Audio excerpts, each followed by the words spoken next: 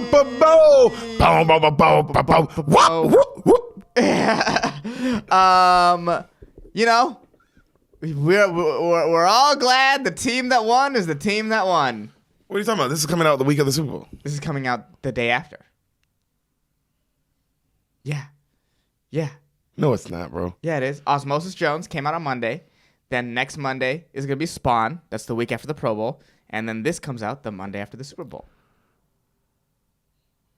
Oh. Yeah. Do we need to do more behind the beans for the audience here? Man, fuck them. You're welcome. You got to hear some shit. Yeah. Hassan is a Niners fan, so this is what I'm a Titans, and then we lost. Mm-hmm. So that sucks. But he's in the Super Bowl. Yes. And hopefully we won. Woo! That's fake energy. How nervous are you really? Very. You can feel it. The Chiefs are a good team. Mahomes scare you? Mahomes scares me. But I trust him. Does he scare you more or the receivers scare you more? He scares me more. Receivers are scary, but Richard can't cover them all, man. That's fine. We just need to get to him before he can... So you're putting it really on Bosa. Yes. And Armstead. Yes. Buckner. Yes. These guys got to get it done for you. Yes. That's how we win. And then Mostert and Jimmy G. Mostert's got to kill some clock for you guys. Mm-hmm. Can't let him have the ball too much. Right. And then Jimmy G, you trust him? Because he's going to have to throw. He's going to have to do what he did against Drew Brees. I trust him. He's been pretty clutch all year. He sat behind the greatest, bro. He did sit behind the greatest. He sat behind the greatest quarterback to ever fucking do Brian Hoyer. He sat behind Brian Hoyer for half a season before he started for the Niners, and it really shows. It really, really shows. Yeah, Super Bowl Sunday. Yeah. I thought this was coming out the week of, but this is a Super Bowl episode, and we know that's why you're here. That's why we picked this movie. It's a football movie. But before we get into it, We gotta talk about last week's movie, Spawn. it's crazy to even say, isn't it? Yeah. First of all, it's crazy that the 90s had at least 2 black superheroes.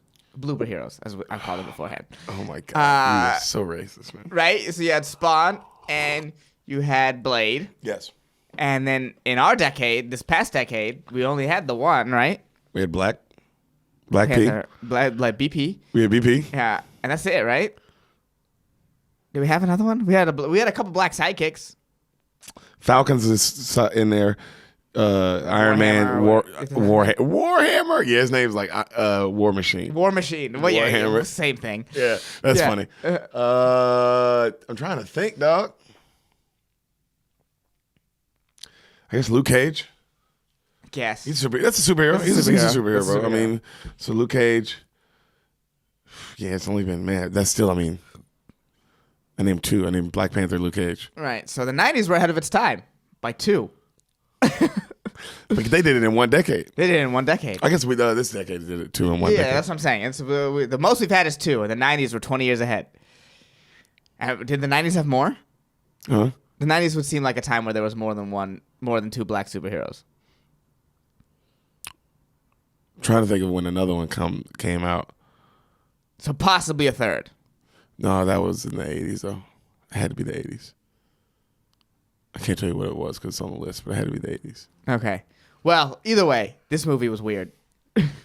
This movie? Yeah. Yeah, it's a classic, baby. Yeah, it's definitely one of those like cult classic type movies for sure. Just because it's so ridiculous. Hey, do you think John Leguizamo ever?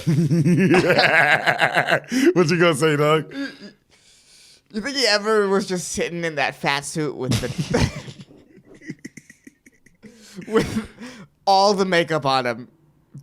Do you think at any point was he like, man, this movie kind of makes no sense?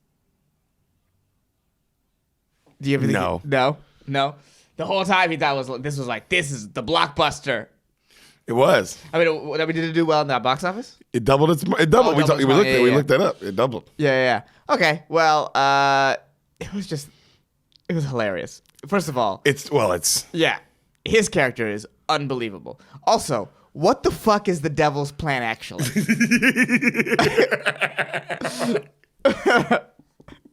You tell me what you think his plan is. Okay, so this is just a play-by-play of his plan, chronologically, right? Okay.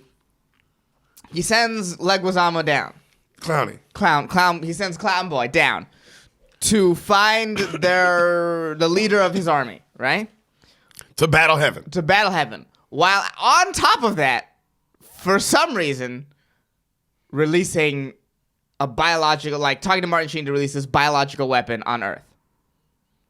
Right. Just another plan. Just a separate plan that he used the same guys for. Yeah. Yeah, which is really bad planning. Okay. Delegate. Yeah, it's like a Reservoir Dog. Mr. White does this, Mr. Pink does this, does this. You know what I mean? Yep. Everyone's gotta do their job. You can't have the clown running two completely separate scams. All right. So he he finds the guy he wants, has him murdered and brought down to him. Okay. Where then, for some reason, before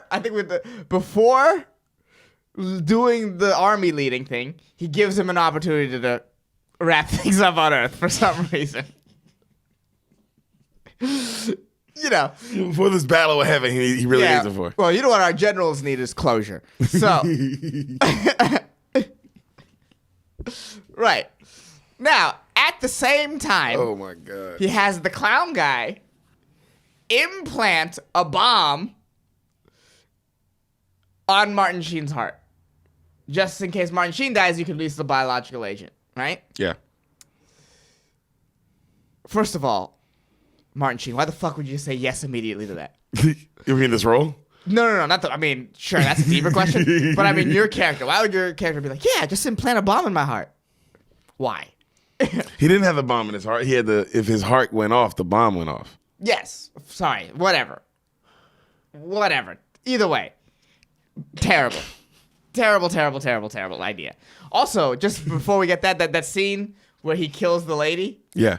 You know, that scene and they're in like that weird party with the rich people. Yes. Yeah. Hilarious.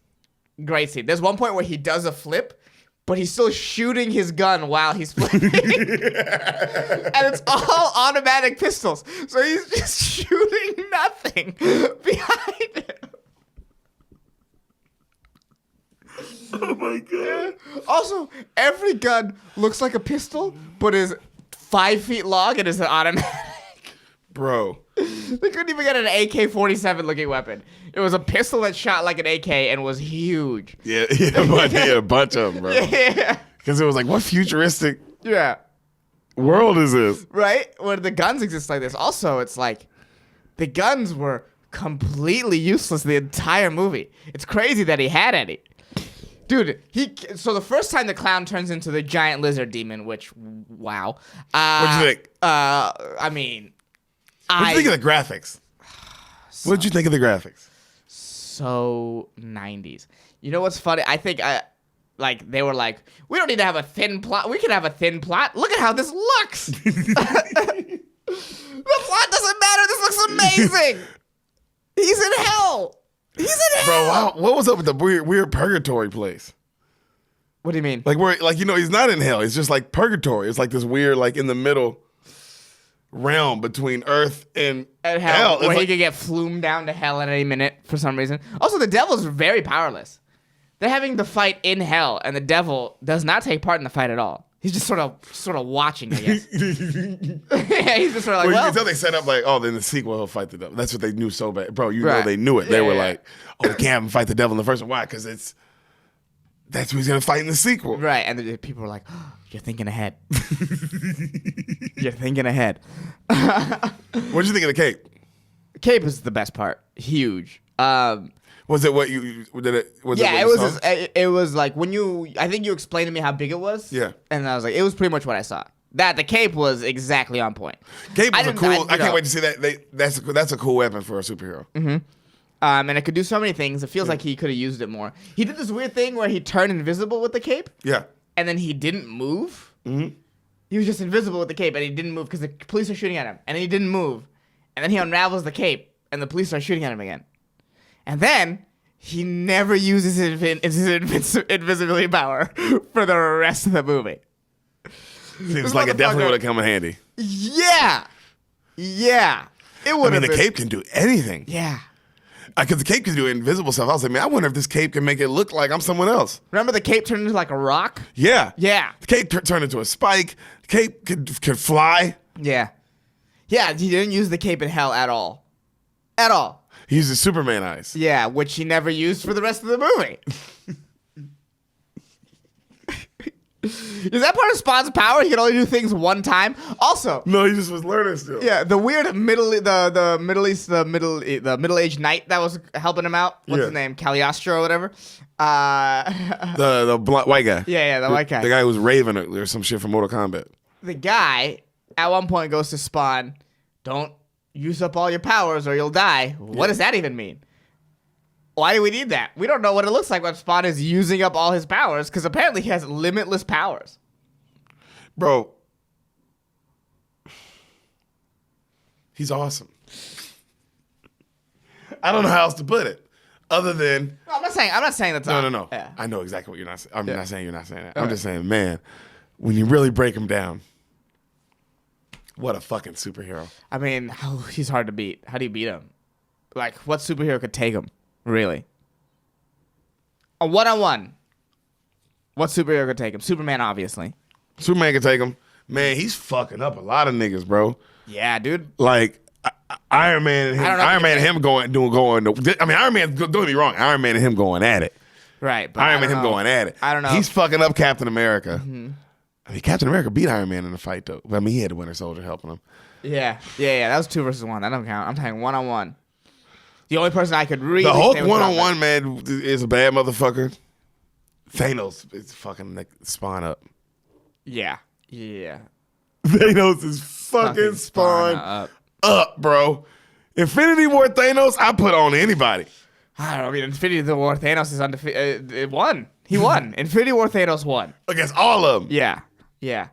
So that's the power rankings. But Spawn is up there. Spawn is up there. Spawn is pretty high up there. He's a playoff team. If you had seedings, Spawn's a playoff team. Oh yeah, we were talking about it earlier, bro.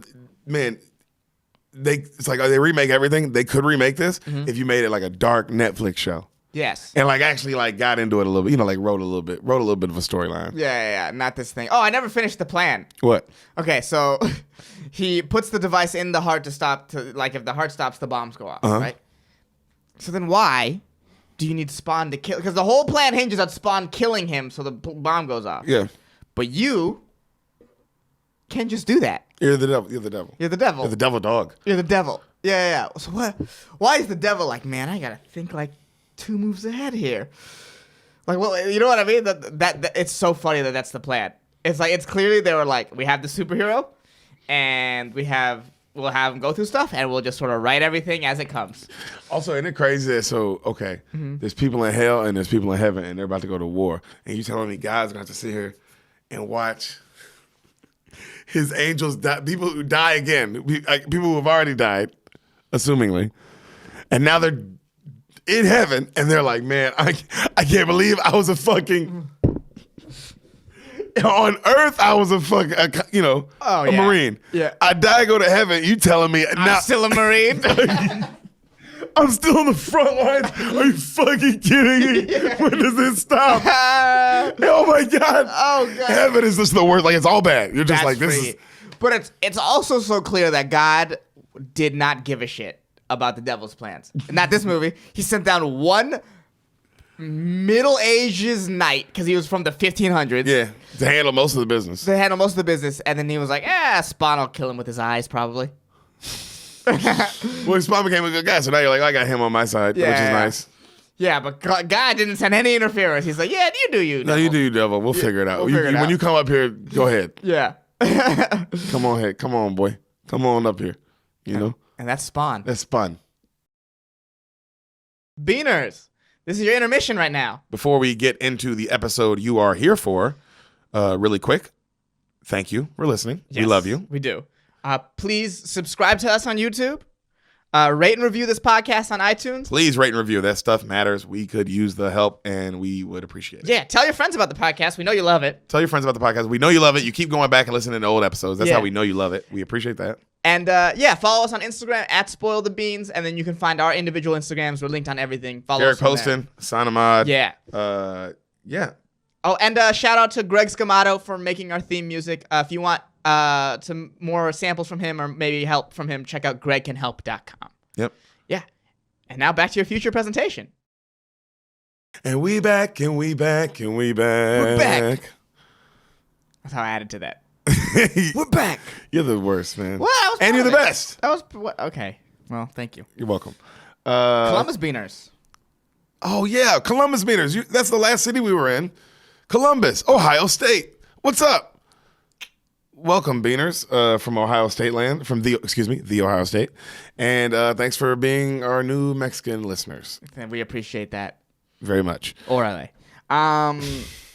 Dates. We got dates. We got dates. We're going to be doing other comedy in other cities. Where we going to be, son? San Antonio, Laugh Out Loud, February 6th through the 8th. San Antonio, Texas. We're coming with Mr. Brennan Schaub. Yep. Ontario Improv with Mr. Brennan Schaub, the 13th through the 15th. Ontario Improv in California.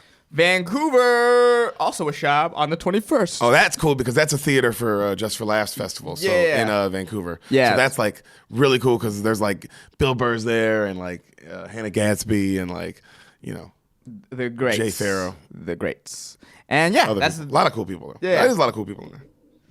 And that's our next 3 weeks, guys. So come on out. Yeah. That's really awesome. I love doing comedy in other cities. It's like my favorite thing, and I can't believe I do it. It really fucks my mind up. I'm so excited. I'm like, well, I get to do it. I get to do comedy. Remember in the beginning of this podcast when I was not doing comedy this much? Oh, man. Yeah, we Crazy, had no right? dates. Remember? The people who say we had 0 dates? Yeah. Absolutely 0 dates. People have been along for this motherfucking journey, bro. Just know we are also along for the journey. Yeah. That's how it feels from our end. We don't know how it's going to end either. But we know it's going to end with Beaners for life, son. We're going to give you guys a motherfucking DVD catalog of movies. Please believe. Hassan, you love football, don't you? Love football. How much you love football? Ooh, buddy? it makes me cry. Makes you cry, doesn't it? Cry. Oh, all the time. Makes you cry. All the Because time. You are Football highlights. Who's your team? The 49ers. I cried during the Niners Museum. Oh, man, you did. 3rd and 3, baby. Tears me up every time. And you guys got it done. Yeah, we got it done. And this year you got it done. Or we almost got it done. I mean, no, this year so far. So far, in our timeline. You got it in the NFC Championship. I mean, you got it fucking done. We got it done. Oh, yeah. Just murdered the championship game, huh? We have Milwaukee Beaners who listen to this. You know that, right? Well, I'm sorry that your team. I'm sorry that Aaron Rodgers can't beat us in the playoffs to save his life. Oh man, wow! Very sorry. Picking a. No, but he's a great quarterback, Hall of Fame, one of the best, one of the best. Oh God, we just lost listeners. We lost listeners for the first time. They made it to Passion of the Christ episode. Or we have a bunch of Packers fan now, like, oh, you motherfucker, you have no idea what's coming for you. Oh man, yeah, we'll see. But my point being, you love football. You love you some football. I love football. You know I love football. Yes. Your boy Derek loves him some football. Titans lost. It's okay, boys. Shout out to D-Bates. You're the fucking best. You're a Hall of Famer in my heart. Heart of Famer. You're a Heart of Famer. And I love you, and you're the best, bro. And I know I'll see you soon. Titans, fucking next year, baby. Tannehill. I love you. You know, I do. Proud of him. Very proud of him. Football's great. And We should do a movie, huh? in honor of, Oh shit, we're doing a movie. well, maybe, or we'll talk about the highlights. That's funny. You'll see. I got something. You don't know what I got queued up over here. That's so funny. If we went through the highlights, that'd be really funny. Maybe. Maybe we'll go through the highlights. And not just the highlights of that, but the highlights of the 1997 season. You trying to think who won the championship? No, it's Broncos. Good for you. You know. But Hassan, before we even get into the Broncos' great run that year, can you tell me what you think happens in the movie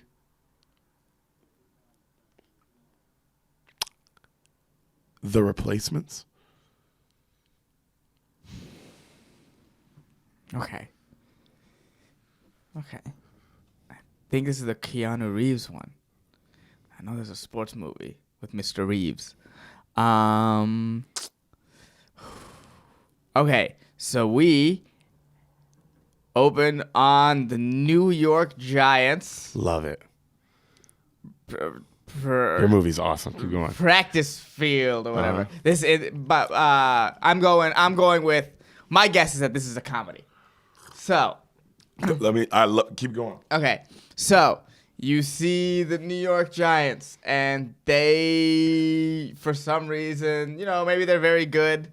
They have aspirations to win the Super Bowl, but for some reason they strike. The players strike. Damn. Players strike like they do. In real life, contract negotiations and healthcare and whatnot, all that stuff, yada yada. Future retirement In stuff. the movie, yeah. something 401k. silly. In the movie, something silly. And then the owner's like, I don't know what we could do. So they have to get a bunch of replacement players to play the season for them. Okay. Enter our main character, Keanu Reeves, who once was a college quarterback star who had it all and let it all go. You know what I mean? Like attitude problems. Let it all go. And then he gets a shot to be quarterback of this team, and then they suck for the preseason. They get killed. Everyone makes fun of them. But then they slowly start to believe in themselves and the power of teamwork. And they put it together. And they get to the Super Bowl, and then they win. And the whole time, this replacement team wins. Wow. Yeah. The Super Bowl. Yeah. Wow. Yeah. And that's the replacements. Unreal. We gotta pause 1 second. Hey, Sam? Yeah, it's way too loud.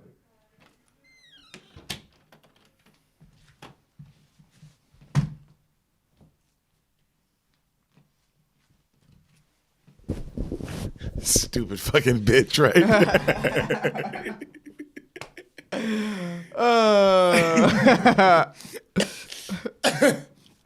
Nah, you can keep that in, Gabe. Who gives a shit? Yeah, keep it in. Beat her too, guys. That's what I do in between episodes. Yeah. I beat my girlfriend, and then I take her to the Frozen musicals. And they win the Super Bowl. They win the Super Bowl. The replacement team The replacement team. with Keanu Reeves at quarterback. Yes. The nigga from The Matrix. Yes. He's the one. That's where it came from. As always, 100% correct. Yeah. You didn't miss any of it. This one was pretty right down the middle, you know? You know this movie's based on a true story, right? Oh, this is like a real movie. Not like a real movie. I thought this was like comedy. You know what I mean?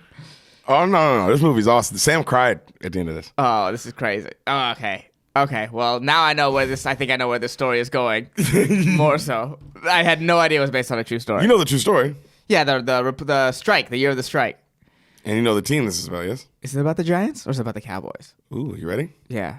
You ready for the movie? Broncos? Now you're excited. I know you're going to love this because it's just Cardinals? football. So you're like, ooh, what's happening? Yeah, I didn't know this was based on a true story. Well, I mean, of course, now this movie it's a loose base thing, but this Okay. it's based loosely off the true story, and they took but they made it a movie. Okay. Obviously, they made it a movie with, a different movie, but this is based on a true story. Okay. Starts with like happy, campy rock music playing, right? And we see our lead on a small little boat, Keanu Reeves. Okay, and he's up early in the morning, right crack of dawn, and he's heading to work. Okay, but heading to work, I mean like he's on like a little speedboat, and he's heading to like another big boat, and he's just scraping barnacles off the bottom, right, in like a scuba suit. Okay. Okay, The Replacements. Okay.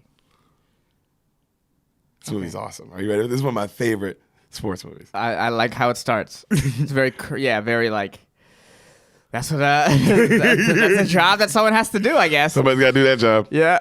He notices while he goes underwater, and he notices something underwater, and he swims to it, and it's like a big football trophy, and it's like old. It's been there for a long time, and it says Shane Falco on it, All-American, 1996. And then like he kind of rips the football part off, and then under the water he like drops back and he throws like a touchdown. He pretends to be a quarterback, and he's like, yeah, Cut to a real game. Okay? And we see a quarterback running, and he gets near the one, and the guy's about to hit him, and he just slides, right? Right. And the crowd just, boo, boo. And even John Madden's giving him shit like, oh, my God, why would he slide there? Like, oh, my God, last game, season on the, game on the line at the end of the game, you slide, you don't go for it at the one, like, oh, my goodness, because of course, and the crowd's just booing. Right. You know what I mean? Like, oh, my God, the owner's going crazy. Summerall was like, well, it's official. The strike is apparently official now. The strike is official. A lot of these players, they won't be playing for the end of the season. Oh, that's how the strike starts? That's a great way. That's a great way to start it. I know, if right? You're a player, then Awesome. what a fuck you. What? Slide at the one? What the fuck you to think? Because as a fan, you're like, you didn't fucking go for that touchdown to win the game? You mother. And for the player, you're like, man, I ain't getting hurt. Yeah. Crazy, right? Crowd, blah, blah, blah. So an owner right then, the owner of this team, by the way, they changed the name. It's about the Washington Redskins. Okay. Which is what happened in real life. But it's about, they changed it to the Washington Sentinels. Okay, so it's like... So their colors are different and all that, but that's who they are. They're the Washington Sentinels. Okay, so are these all fake football teams? Or is all the teams are fake. Okay. Okay. But they're all represent. Right. All right, so so the owner's like, give me Jimmy McGinty, right? And you see the quarterback that's... Oh, because the NFL would definitely not let their things be used for something like this. No, not like this. Not like that. We're representing them like this. Why would they do that? Oh, that makes sense. Isn't the NFL great? Isn't that just a wonderful organization? Brand, huh? Yeah. What a fucking brand, like Disney. One of the best, huh? It is Disney. It's sports Disney. So the quarterback who slid, he's complaining on the news, right? And he's talking about why he's going on strike and how it's all bullshit. And then it cuts back to Madden and Summerall, and Madden and Summerall are like, man, I can't believe this is going on. I'm like, oh my God, this is crazy, part of football. Cut to that night. Mm-hmm. Gene Hackman is Jimmy McGinty. Okay. There's actors in this Playboy. Okay.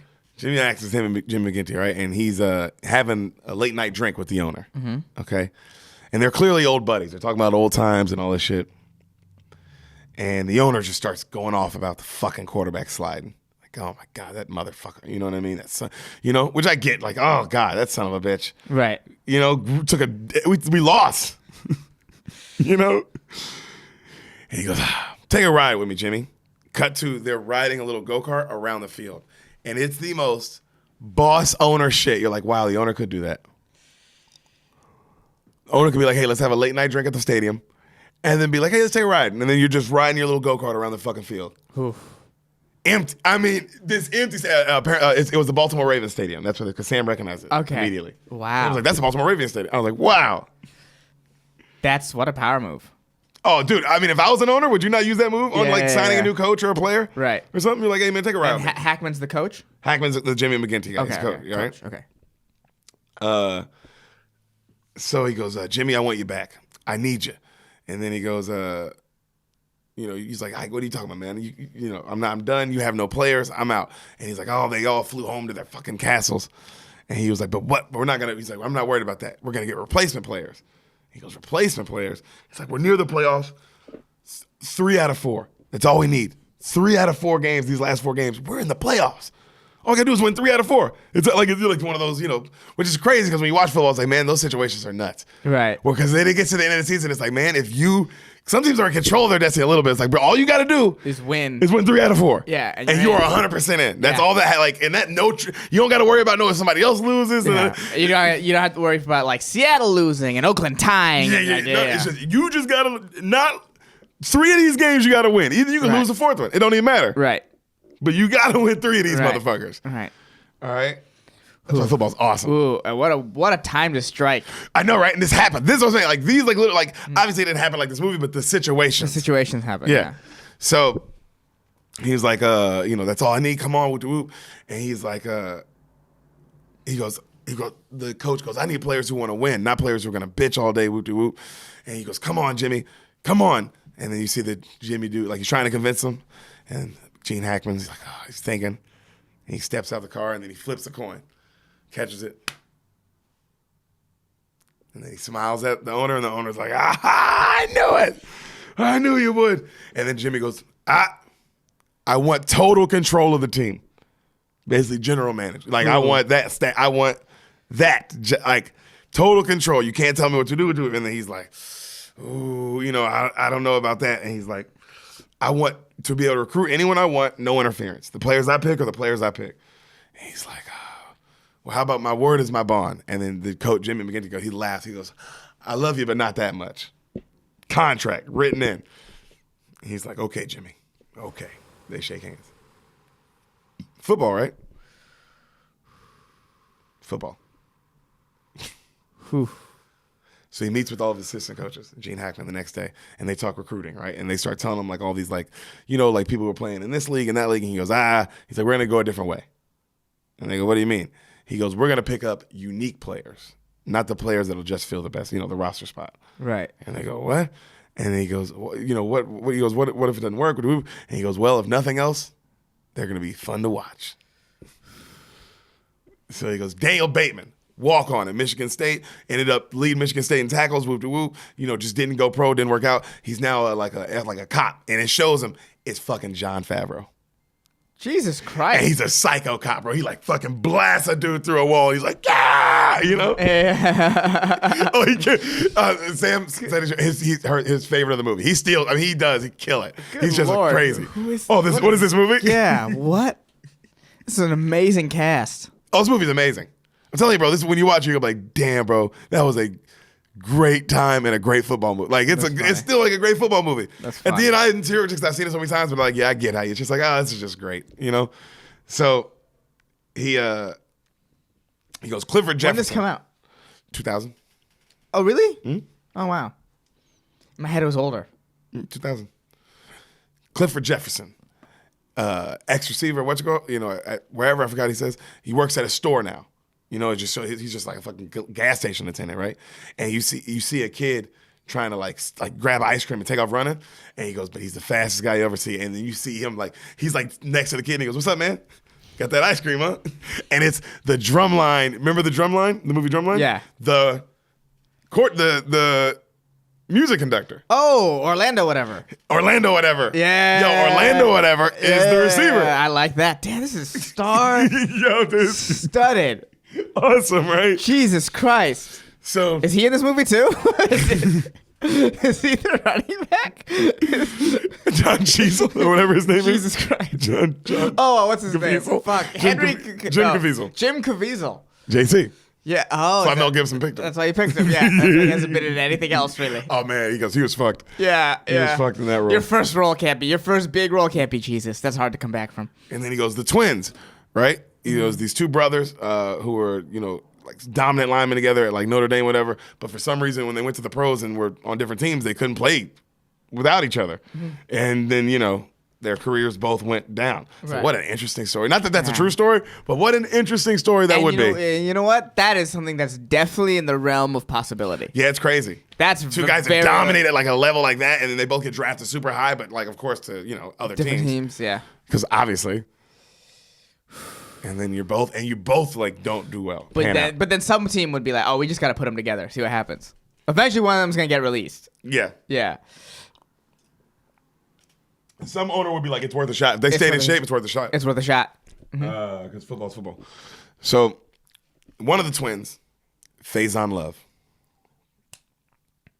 comic baby, comedian. What positions? They're O-linemen. These are the O-lineman twin brothers. O-lineman twin brothers. Okay, and that's their storyline. Okay. All right. Oh, and that's a position where, yeah, definitely. So for this owner to get both of them, it's like, all right, let's see what happens with these two guys. And then he goes, Nigel Gruff. And one of the assistant coaches goes, who's that? And then Gene Hackman's like, they call him the leg. Apparently he kicked a soccer ball from one end of the goal to the other in like a big whatever, like an actual one of the big games. I don't know, whatever that, and like scored. Okay. And like it was like a shot. And everybody's like, whoa, and he goes, and then it shows him, and it's a British dude you'd recognize, bro. You've seen this British nigga in lots of shit. I don't know his name. Okay. But when you see him, you'll be like, oh man, you're gonna tell me all the other shit he's been in. Okay. And then it show him, and he's like at a drink, he's at like a bar, and he's like singing to everybody. He's like, oh, Bullocks, and everybody's going crazy, and everybody's loving him. And then you see a bunch of like gangsters grab him and like take him out and start beating him up, and he has a horrible gambling debt. All right, and he's getting the shit beat out of him. Cut to back to the coaches, and they go, and Shane Falco. All right, and then one of the coaches goes, Shane Falco, Footsteps Falco from Ohio State? Are you kidding me? That guy, he hasn't played in years. And then Gene Hackman goes, well, he'll be plenty rested, won't he? Okay. So the coach goes to see Falco, and he had just, he just got off work, right? He just got off the scrubbing the Broncos shit. And then they start talking, and then Gene Hackman goes, he goes, you remember me? He's like, yeah, I remember you, Coach McGinty. He's like, I met you right before the Sugar Bowl started. And he was like, yep. He goes, you lost by 40 that day, right? And then Falco's like, 45, but I got 3 concussions to remember that day from, And then he laughs, and he goes, well, that's why girls don't play the game, huh? And then Shane's like, yeah. And he goes, well, why are you here? And he goes, I need you to play quarterback. And he starts telling him all the players that he's going to get and whoop for the Washington Sentinels. And then Shane's like, I'm retired. And he goes, look at this, your shitty life, pretty much. He's like, look at this. You live on a boat. You don't fucking do shit. He's like, man, I'm not complaining. It's fucking quiet out here. Nobody bothers me. I love it, And then he goes, you know what separates winners from losers, kids? And then before Gene Hackman can say anything else, Shane Falco goes, the score, and walks off. And then Gene smiles, and then he goes, it's getting back up on that horse. That's what separates winners from losers. He's like, I watched that Sugar Bowl game. Everybody was talking about how bad you played.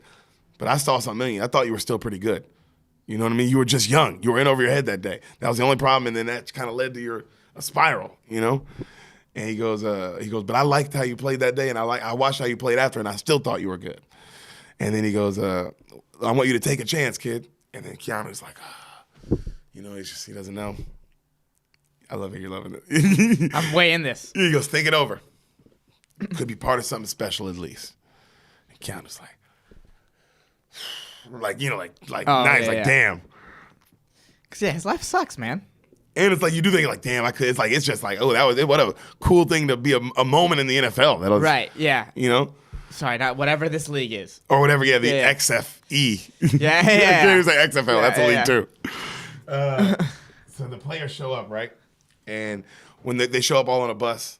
And the actual players are all outside protesting, and they're fucking throwing eggs at the bus. Yeah. And they're fucking so mad. Beating it up. You scabs, fucking scabs, And one player is just like the Orlando guy, the receiver. He's just like, oh shit, there's fucking Sam Jenkins. Oh shit, there's fucking Richard Lewis. Hey, what up, Richard? He's freaking out. He's like fanboying. Yeah, and then you see them all like Faison Loves like pulls out a gun. He's like, these fuck y'all motherfuckers. You know what I mean? And then they come out and the players are trying to fight him, and then Favreau has no emotion at all. Right. He's just a psycho cop. Right. He is. He has no emotion, bro. Yeah. And then he goes, and then you see the British guy, they close the gates, and then the British kicker comes back, and he's like, get a job, you wankers. And then the fucking players try to bum rush the gates, right?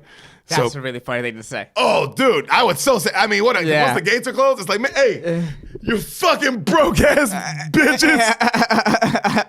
Y'all don't play. We're playing. Y'all don't play, bro. We playing. I'm talking shit these 4 weeks. That's funny. Yeah, while I have it over you. I'm talking shit, dog. Because y'all talking shit. And if we win, I'm really talking shit. Right, yeah. Oh, God, if they bring home the Super Bowl or whatever this is. Well, 3 out of 4, they're playoffs. Oh, yeah. What a goal. What a goal if you're these guys ending their season and go, man, what if we get them to the playoffs? Right. Talk about historic. That also weakens the player's position. Anyone who's striking for this team, their position is weakened if they still make it to the playoffs. You know what I mean? Oh man, because this team came together and kept winning. Yeah. A completely different team. Yeah. Yeah, it's sort of like that Melvin Gordon holdout from earlier this year. Yeah, when Eckler was just killing it, and I was like, "Well, dude, stop holding out. There's a guy who's doing what you're doing." Yep, can't if somebody's doing what you're doing. You can't. So you're hoping for these people to fail if you're a player. Oh well, yeah. Well, you're also assuming there's no way they're gonna lose. But they're playing against other replacement players, right? Or is it just one team that's striking? No, they're playing against other replacement players. Okay, yeah, they're playing against other replacement players, but not everybody crossed the lines on every team. So some of them have real players still. Oh, of course. A lot of teams. Lots of teams have real players still. Ooh, that would destroy the camaraderie of the team, wouldn't it? Nah, man, you get it. Sometimes, remember the Argus situation? Nobody was mad at Argus for not crossing the line. That's fair. There's always situations where, like, man, some people are like, hey, bro, I got to get the check. My family, I can't. Right. I put myself in a position where I can't do, like, I'm totally on your side, but I got to I got people to take care of. You see what I'm saying? I mean, and a lot of people will be like, man, Jenkins got 4 kids. He can't, like, what is he gonna do? Right. He's not a star player. Let's say we're talking about a guy who's maybe just a special teams guy, and he's like, guys, living paycheck to paycheck. Yeah, he's like, guys, I can't.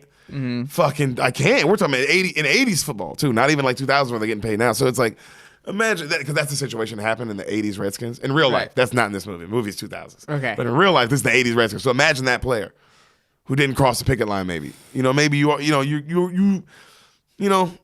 like you said, it still kills the camaraderie. But with some players, I'm sure there's reasons. There's always reasons, just like with comics, and during that strike, there's always reasons. You're like, this comic was in at this club and he fucks the owner. It's deeper than it looks. Yeah. I can't just get. It's deeper than it looks. That's true. So what you're saying is some of these people who didn't cross the line were fucking their owners. Dan Snyder, isn't that his name? What's the owner's name for the Redskins? Yes, that is Dan Snyder. Stop fucking your players, dude. Oh, well, like, for real, though. Like, figuratively, stop fucking your players. So, practice starts. You see a great tight end. This guy's killing it. It's Roy from The Office. Wow, what a career. Right? Yeah. And he's killing it, right? Like you tell, oh man, he's athletic, Roy. Like, they show him killing it. He's younger. And then the coach runs up. He's like, oh my God, son, you catch the ball like a son of a bitch. Where did you play in college? And then he starts signing. And the coach is like, and he goes up to Gene Hackman. He's like, hey, how the hell am I supposed to communicate with my tight end? If he can't fucking talk. And he's like, man, I forget his name's like Brian something, would have been a first rounder if it wasn't for the fact that he's deaf and nobody wouldn't take a chance on him. But I think the kid's got all the talent in the world. And he goes, well, how am I supposed to? These are fascinating characters. Oh, the movie's awesome, dude. Fascinating. That's why this is my, you know my Aunt Tammy, right? Yes. Older black woman, yes? Yes. This is her favorite movie. This and Shawshank Redemption. That second one makes sense, but weird. This is crazy. This is one of her. Crazy. She doesn't like football. Doesn't watch football at all. Doesn't like it at all. But the movie, because Sam was watching it, and she was like, "Oh, watch a football movie," and I was like, "Trust me, watch this one. This one, I was like, this one you'll like. This one has a lot of heart and it's different, right?" Right. And the moment she started watching, she was like, "Oh my, this movie is fucking ridiculous." It's like, it's awesome, right? She's like, "It's amazing." Yeah, the cast is, the characters are like, that's what? so interesting. They're so interesting. The twins are interesting. The quarterback is like Keanu Reeves. It's Keanu Reeves. You know what I mean? Like, yeah, it's interesting. The coach is Gene Hackman. Yeah. A lot of things are happening. There's a lot of moving parts to this right now.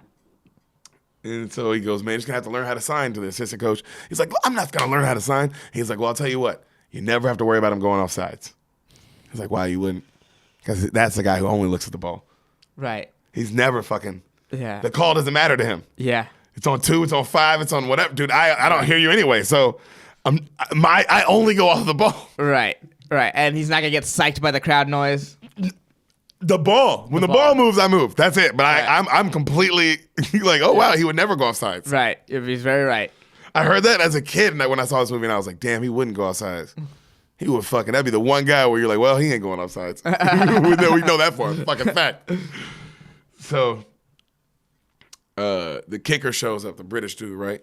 And the coach is complaining. He's like, I thought you said this guy's the leg. He's supposed to be solid muscle. And the guy's like smoking a cigarette. Man, once you see him, you're going to recognize him. And he's like, I'm whitey, right? And he's all like skinny, and he's like, what the fuck?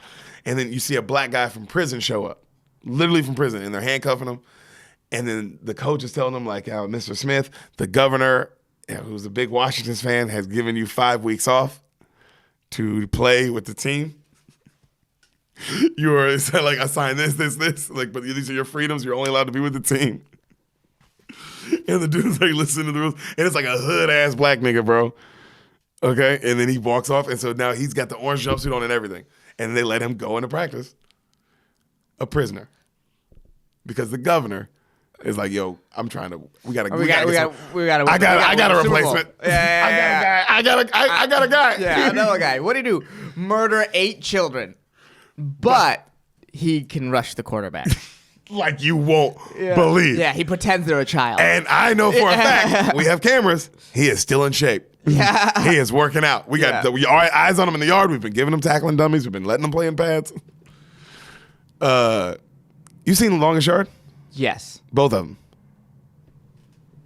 Like the old one and The original. No, I've never seen the original. You've seen the... I've seen the Adam Sandler one. I mean, that's the amazing one of our time. Yeah. You haven't seen the original, which is interesting. I haven't seen the original, no. So Falco's still not there, right? Mm-hmm. Other coaches are panicking. Where's our fucking quarterback? How are we gonna do this if we don't have the goddamn quarterback, right? And then right then a big ass jumbo Japanese nigga, like a sumo wrestler, runs up and pads. He's huge. And then he goes, Coach Gene Hackman's like, "Hey, you lost weight, Jumbo." And he goes, "Oh, coach, don't say that." And he's like, and then he goes, "All right, go ahead and hit the sleds." And he's like, sumo wrestler, expert at pushing people, pass blocking. And then you see this nigga like on the sleds and he just fucking pushes it up and like onto the ground. That's crazy. And then the fucking kicker walks by and he's like, "That'll do, pig. That'll do." We've did Babe before. Babe reference. Bow. Babe reference. Bow. Babe reference. All about callbacks. Yeah. That's all we are. Eventually, we want this whole podcast to This is going to be one inside joke. We'll get there, guys. So Falco pulls up. Mm-hmm. He's just sitting outside the stadium. He's nervous. He just sits there for a while. He finally gets out. He grabs his bag, like his pads. And then players come up, like actual players that are outside. And they're like, "Look at this fucking scab." And Falco's like, "Look, man, I don't want no trouble." And then the starting quarterback guy, the guy who slid, he's like, "Taking my job?" And he goes, "And you're taking my spot, huh?" He goes, "What do you mean?" He's like, "That's my parking space." And then Falco's like, "Oh, look, man, I'll move my car." And he goes, No, don't worry about it. And he grabs him. He's like, "They'll move it for you." And then like all the players come up and they flip his car out of the parking spot. And then Falco watches. And he's like, "Thanks, fellas." Beep, beep. And he walks into the stadium. Falco's a man, dog. You love him in that moment, bro. I was like, "Oh, damn, that's a cool way to handle that." Yeah. The other players must have been like, "Damn. That took the fun out of that. Yeah, we wanted a bigger reaction." Mm-hmm. So as he's walking off, though, the quarterback goes, "Hey, Falco, you're not a has-been. You're a never was." And like all the players start laughing. And he's just like, holds his thumb up. Right. And God, what inspiration, though. Right, if you're the Falco guy, you're like, "Oh, man. I was already doubting myself, but now I'm like, yeah. You know what, nigga? Just to let y'all motherfuckers know, right. I played at Ohio State. Right. Don't question me." I think the best way to get in someone's head is to be like slightly complimentary, but like not all the way. Yeah. Like, "Hey, you're not bad."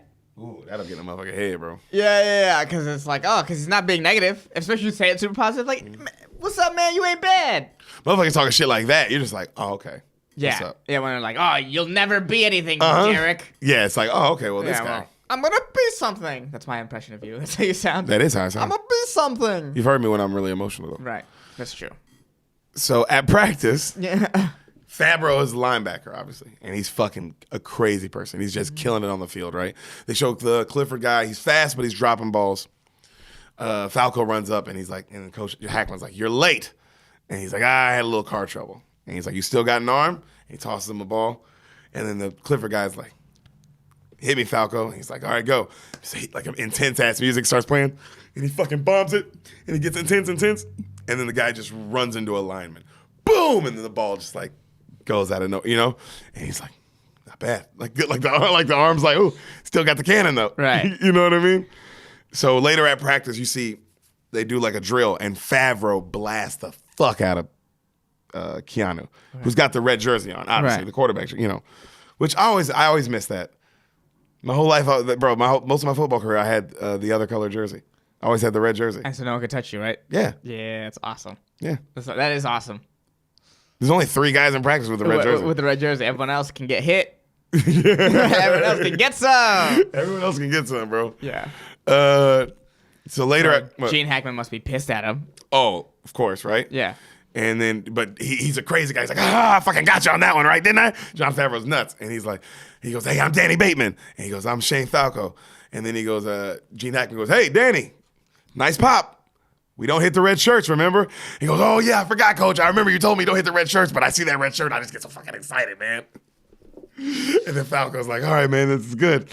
And then Hackman picks up Falco and he's like, "Hey, use your feet. You need to learn how to throw. I want you to throw on the run. I want you to scramble. I want you to be that kind of player. You know what I mean? Like, be that kind of guy." And he goes, "That's how you're going to last longer on this team anyway. Because like you're probably not going to get great O-line and stuff, so you're going to have to make some plays." I mean, which is true. But that's also why I got you, because I think I think you're a kind of guy Yeah. who can make plays. Your nickname involved feet.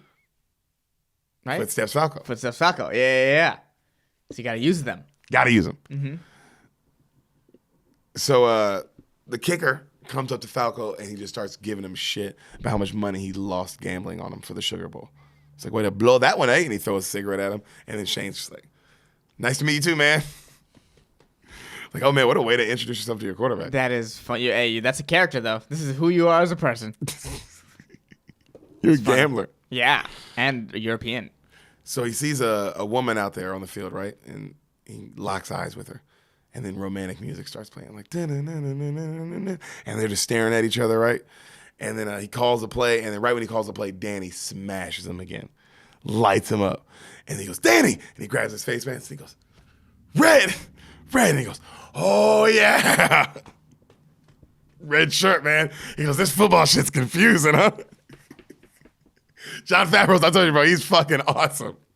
What a linebacker you want. That's the kind of guy you want, though. You're like, man, in games, though, oh, my God, good luck with that guy. Yeah, try stopping him. Refs. We can't stop him in practice. So good luck. Is the girl he locks eyes with anyone I recognize? You'd recognize her, but I don't know her name. Okay, she was like, had a little run of movies in Okay. like that 90s, 2000 era. Okay. One of those girls. And then, like, while he's on the ground, she's still watching, and she's just like this, and he just kind of waves at her, and she smiles. Mm-hmm. So she is trying out cheerleaders. That's what she's there doing. All right? Because, the cheerleaders are also on strike. Right, well, naturally. It's one unit. Yeah. One team, one voice. One team, one sound. Yeah, one team, one sound. So the first girl, she's a nerd, right? And she's just like, she's just entered, it's like a montage of like girls who can't dance and shit, right? Right. So you see the team, they're at lunch and they're like talking shit to each other. And you see the Asian guy and the black guy. The Asian guy says nigga, which is always really funny because they do that. Asian guys do that, especially apparently Hassan. The more I hang out with Hassan, the more I know. In my hometown, especially, Derek knows firsthand. Met a friend from my high school. Holy shit.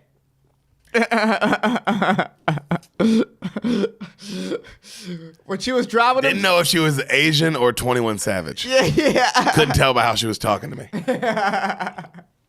The whole time I was like, oh, thank God Derek knows my joke. He knows he's a little bit prepared for this. I was very prepared.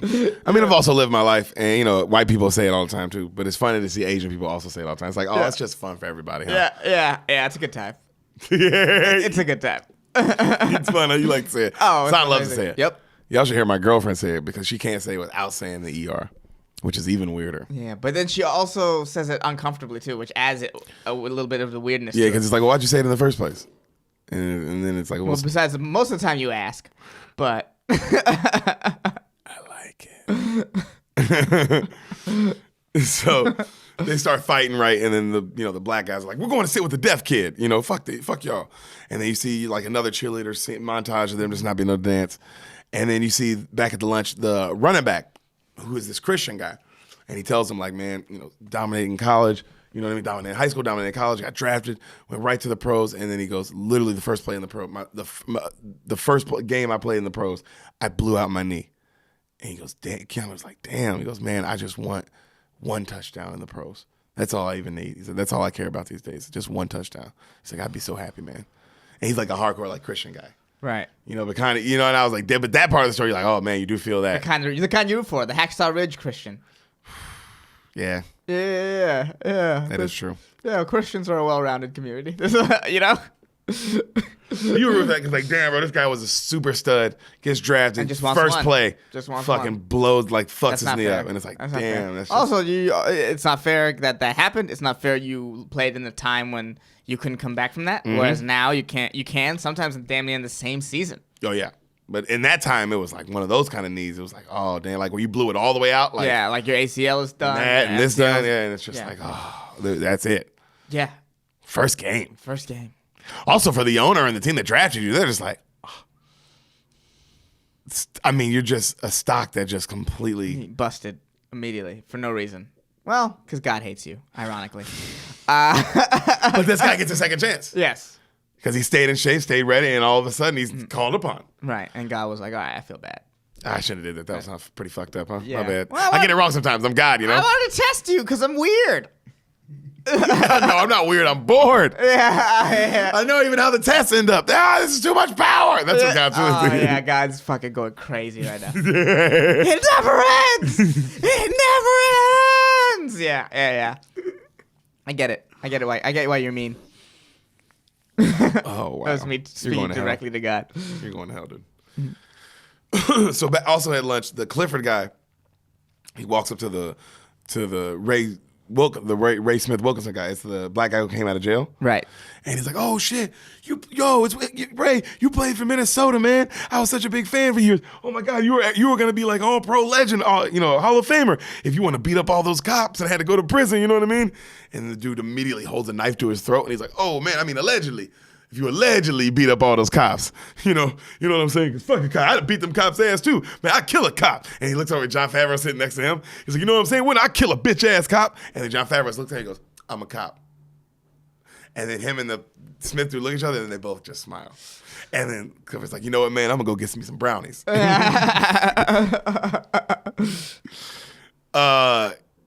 Wow.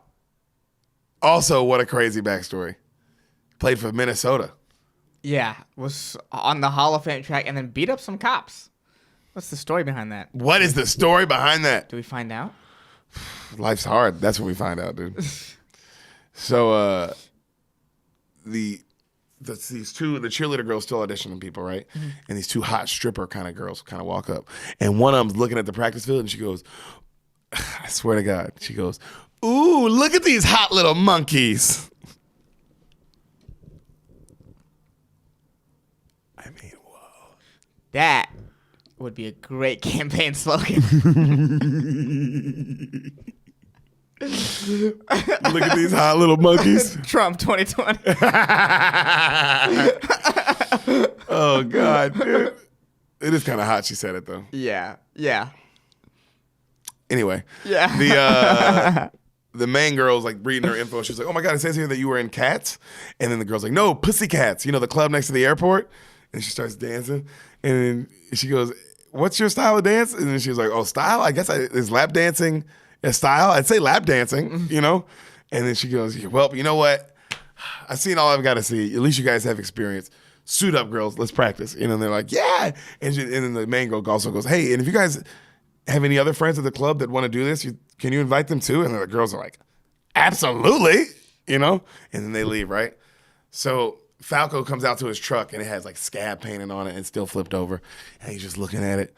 And then the girl rolls up, the main girl. Right. And she goes, "Hey, I watched you today. Strong arm." He's like, "Thanks." And then she's like, "I'm Annabelle." And then he's like, "Shane Falco." She's like, "Oh, yeah." And then she's like, "I saw you." She's like, "I watched that Sugar Bowl game." And he goes, "Did anyone else in the world have anything else to do that day?" And I was like, "Oh, I can't imagine, bro." Ooh, and everyone will want to talk to you about it. Everyone. Because you got him there. You were this hotshot freshman for Ohio State, and then you blew it. No one wants to talk about when you win as much as they want to talk about when you lose. The time you blew it. Yeah. Because nobody will bring up the game that he won and probably the Big Ten Conference Championship game that would have got them to that national championship game. Right. Nobody's bringing up that fucking win. Nope. Huh. Nope. Had a good game in that one, didn't they? Yep. But the Sugar Bowl, I was a freshman. I would be like, "Bro, get off my fucking back." Oh man, he's probably already too tired of doing that. Because he had that. It's like the stages of death. Yeah. Where that was like anger, but he's in acceptance. He is like, "Man, look, it was on me. I had a bad game." Yeah. So that is where you're like, "Man, I had a bad game." Yeah. I was a freshman. They were better than me. Mm-hmm. They just knew how to. They were just more prepared. What do I? God, losing's tough. Niggas like all they talk about Trevor Lawrence now is this one loss. This nigga went undefeated for 2 years. Won a national championship. Beat the shit out of Alabama. Was on his way to number 3, son. 3. I mean, he wouldn't. You know what I'm saying? So it's like, I mean, Jesus Christ. Whatever. Life's hard. Life is hard. So she gives him a ride home, and she has like amazing football knowledge.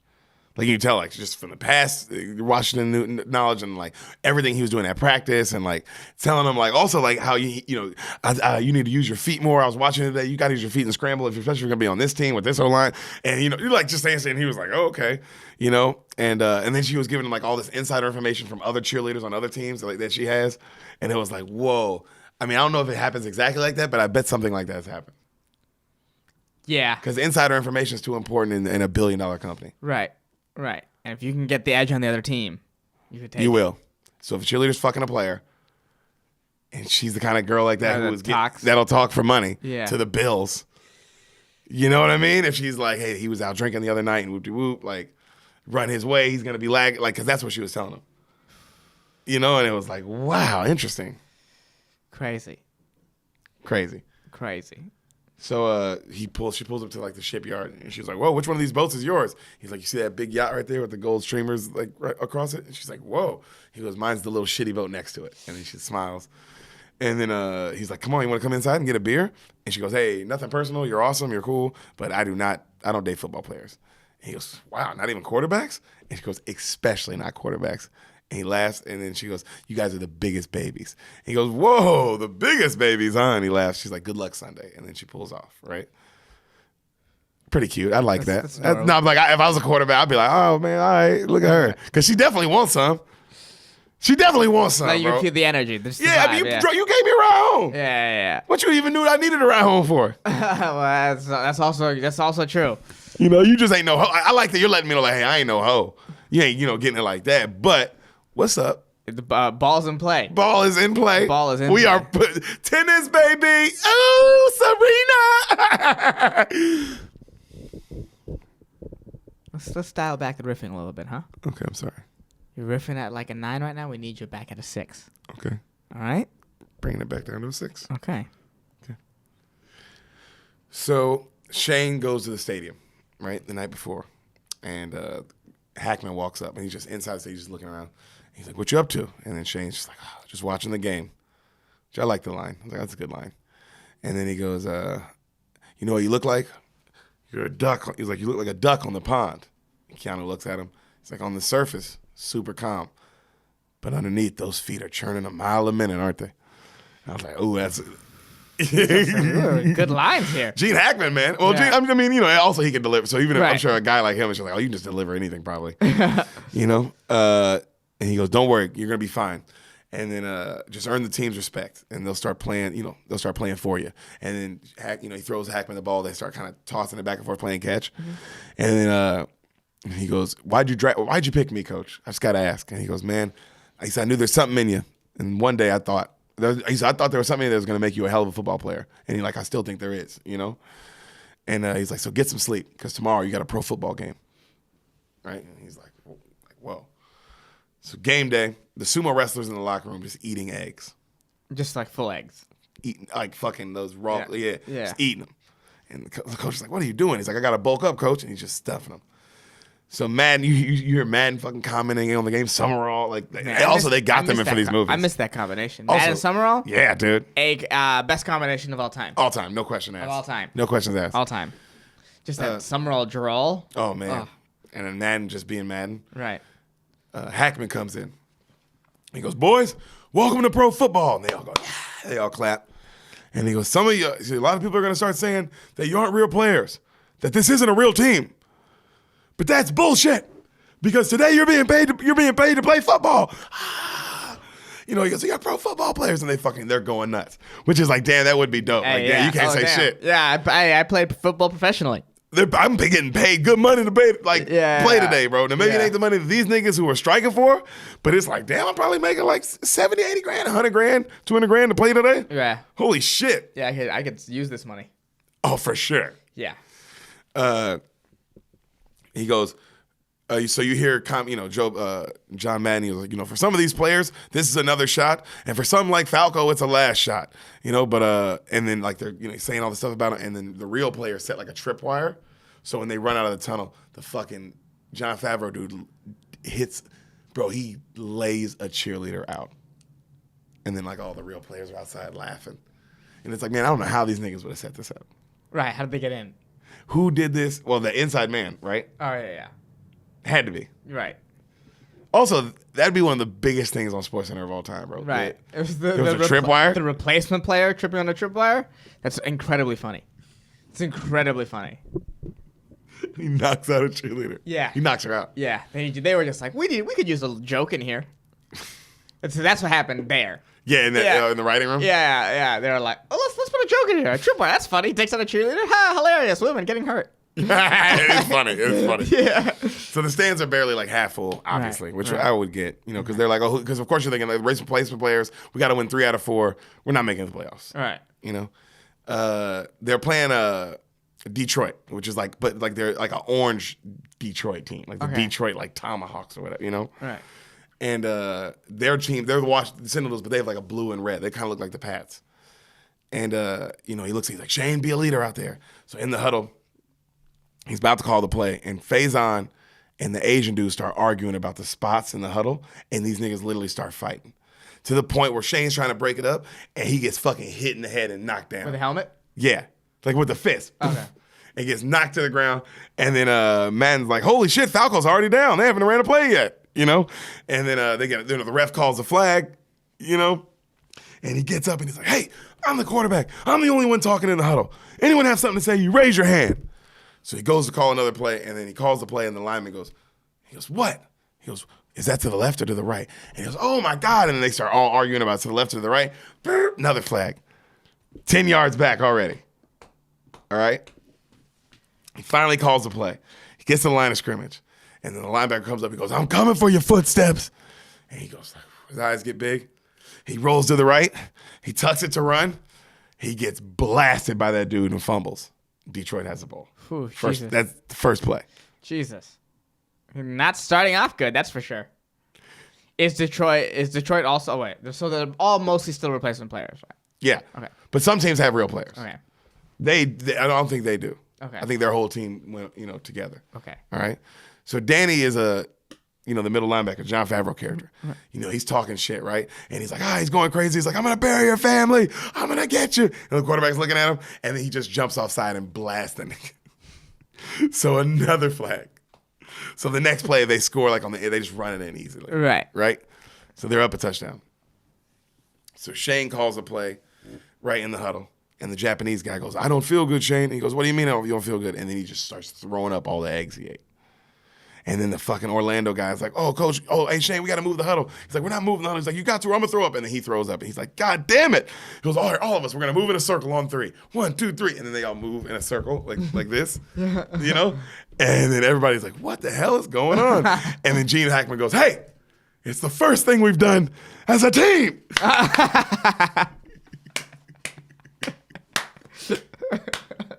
Great line. I mean, I don't know if he ripped it or not, but well done, Gene.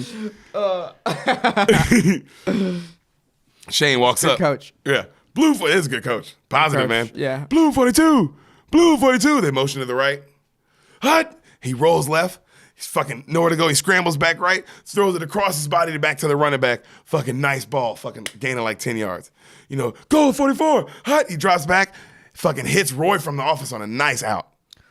Roy dude's cold. We watch this. You watch a movie. You're like, oh, he's the best player. Like on he's the best player. He's like a Gronk. Like, oh, this nigga would have been.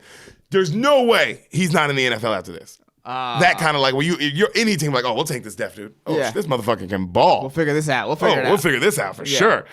So, nice catch from him, and then they're in field goal range, right? They get stopped. They get in field goal range, and then they go. The coach grabs the kicker and he goes, Nigel, remember, over the bar, not under it. And Nigel goes, smoking a cigarette on the field. He laughs and he throws it. So he runs up, and then John Madden's like, now the kicker here, Nigel Gruff from Wales, is a legendary soccer player, never kicked a field goal in his life, professionally. We'll see how it goes. 40 yards, this motherfucker boots it right through the upright, like boo. And he's like, oh, baby. He's like so happy. And then fucking the linebacker runs out and decks him because he's also happy. Right. And then John Madden goes, ooh, that's the big lesson in football. Never do anything great unless you can handle the celebration. Like, what? Summerall goes, I never heard of that one. He goes, that's a real one. So On defense, the criminal dude, he catches a pick. He's also really clearly cold as fuck too. Okay. Catches a pick. Linebacker? Safety. Safety, okay. He's a safety. Catches a pick six. All right, like shit, a they long took the one. lead. Oh yeah. No, they're down 14-10. Oh, down 14. They had nothing. They were, So they're on offense. They get the ball again. They're back on offense. Falco calls a play. He drops back. He gets blitzed. Fumbles. Fucking they get the ball back. All right. The coach goes, Danny, come here. John Favreau runs up. He goes, get me the ball. He goes, you want the ball, coach? Danny, get me the ball. He wants the ball. Give me the ball. What's the ball? Give me the ball. Ah, go get it. And then he goes, I'm going to get the ball. And he runs out. And then Gene Hackman looks at the other coach and he goes, oh, God, he's going to kill somebody. And then, so you see John Favreau, bro, he kills it. He's like, all right, spy, get the ball, spy, get the ball. And the quarterback's like, what? And then they hand it off to the running back, and this nigga, boom, lights up the fullback, shreds him like a Ray Lewis would. Just some straight up Ray Lewis shit. Shreds him, fucking boom, hits the guy, stands him up, fucking rips the ball out of his hands, and then falls. I got the ball! The crowd's going nuts. I mean, the crowd would be like, oh my God. This is the greatest thing I've ever seen. John Madden goes, now that's all Madden. I feel literally with John Madden. I mean, if you didn't see that though, it would be like, oh, who the fuck? Dude, this team could have just ran. All they're doing is running the clock out. Off that play alone, he'd get a tryout. Yeah. That's in a clutch situation like that? Yeah. Like, oh my God. Right. And then after people heard the story of like, dude, I told him to go get me the ball. Yeah. And that motherfucker got the ball the next play. Yeah.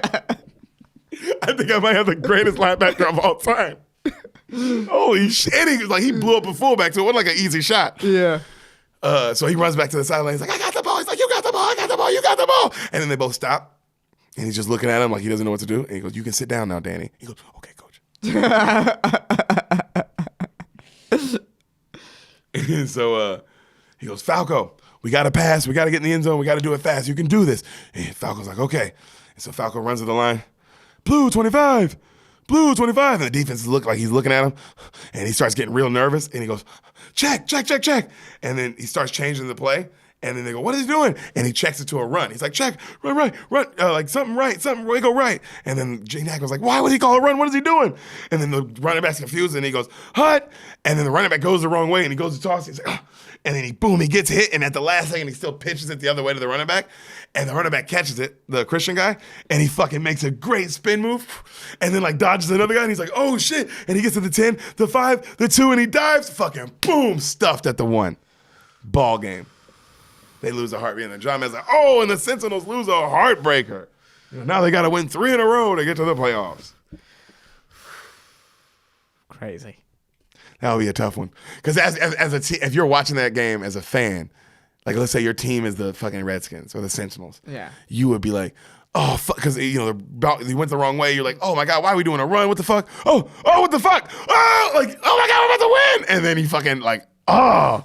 And you're like, I hate being a fucking Redskin. That's when you're like, I fucking hate this team. I can't. Same shit, different year, huh, boys?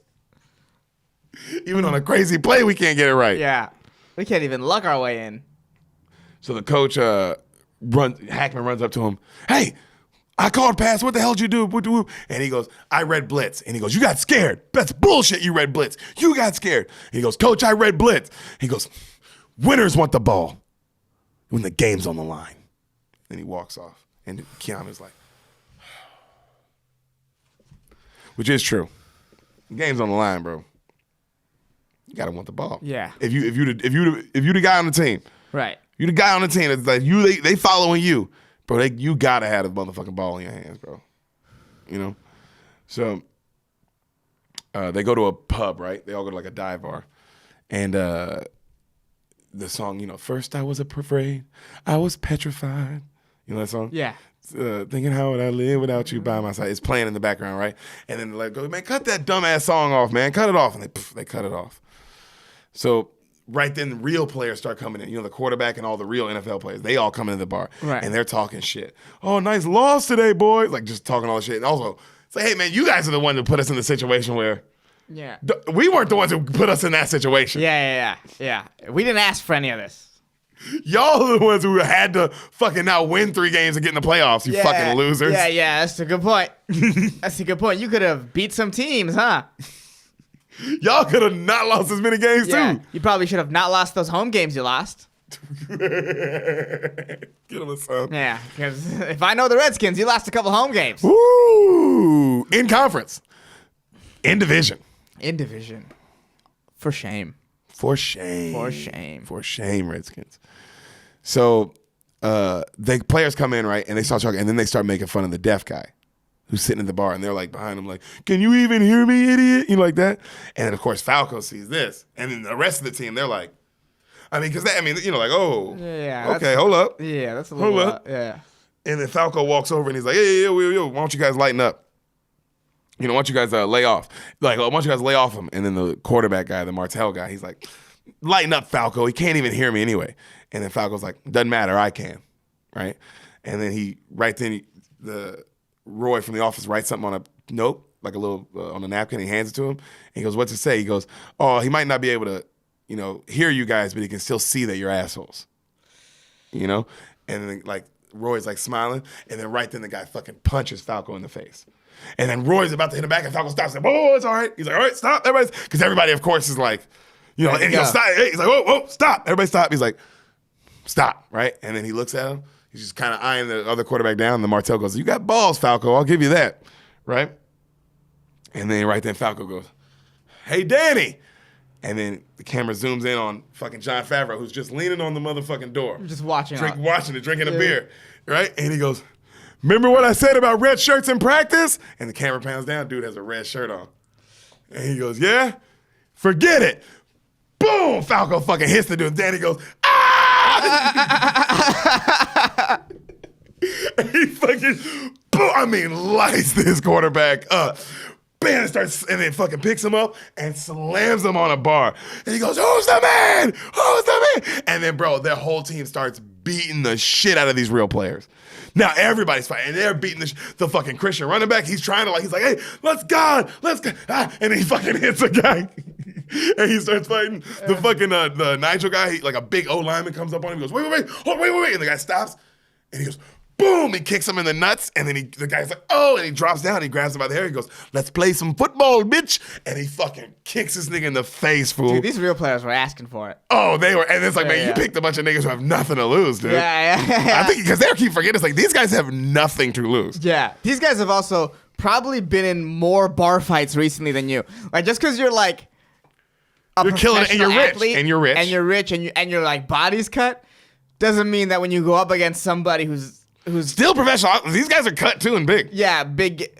Yeah, clearly, like, you're gonna lose that fight. These are tougher people than you.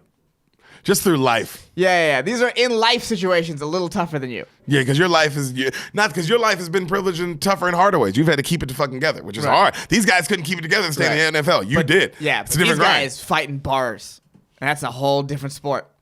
It's a whole different sport. That's a whole different, because you don't get to fight in bars. And you've done it. You did it in college. You had your days. And you get one as a professional. Yep, maybe two, depending on how good you are. Yeah, but you don't get to fight in bars as a professional. Not all the time. Yeah, and so if you're in a real deal bar fight with people who are as strong as you're fucked. So you see everybody fighting, and then you see the Clifford guy, the receiver, the Orlando guy. He's hiding behind the jukebox. Right, just terrified. So cut to, they're all in jail, right? But only them. They're complaining how the other fucking guys didn't have to go to jail because they're fucking who they are, you know? Right. And they're bragging about the fight and how they all started kicking ass, and they're bonding over each other, just kicking each other. Everybody's just kicking people's ass, right? And then Clifford's like, yeah, man, we sure did get them motherfuckers, didn't we? And then Jon Favreau was like, oh, yeah, you did, didn't you, Clifford? You the man, Clifford Jackson, ain't you? He goes, what? He goes, everybody goes, we saw you hiding behind the jukebox. That's what the Nigel guy says. Yeah. Everybody's like, yeah, bro, we all saw you. And he goes, hey, man, hey. All right, at first, I'll admit, I was afraid. Okay. Hell, I was petrified. And then Shane Falco goes, petrified? And he goes, thinking about how I live without you by my side, brother. And Shane goes, all right. And then he goes, you know, I spent so many nights thinking how y'all did me wrong. But I grew strong.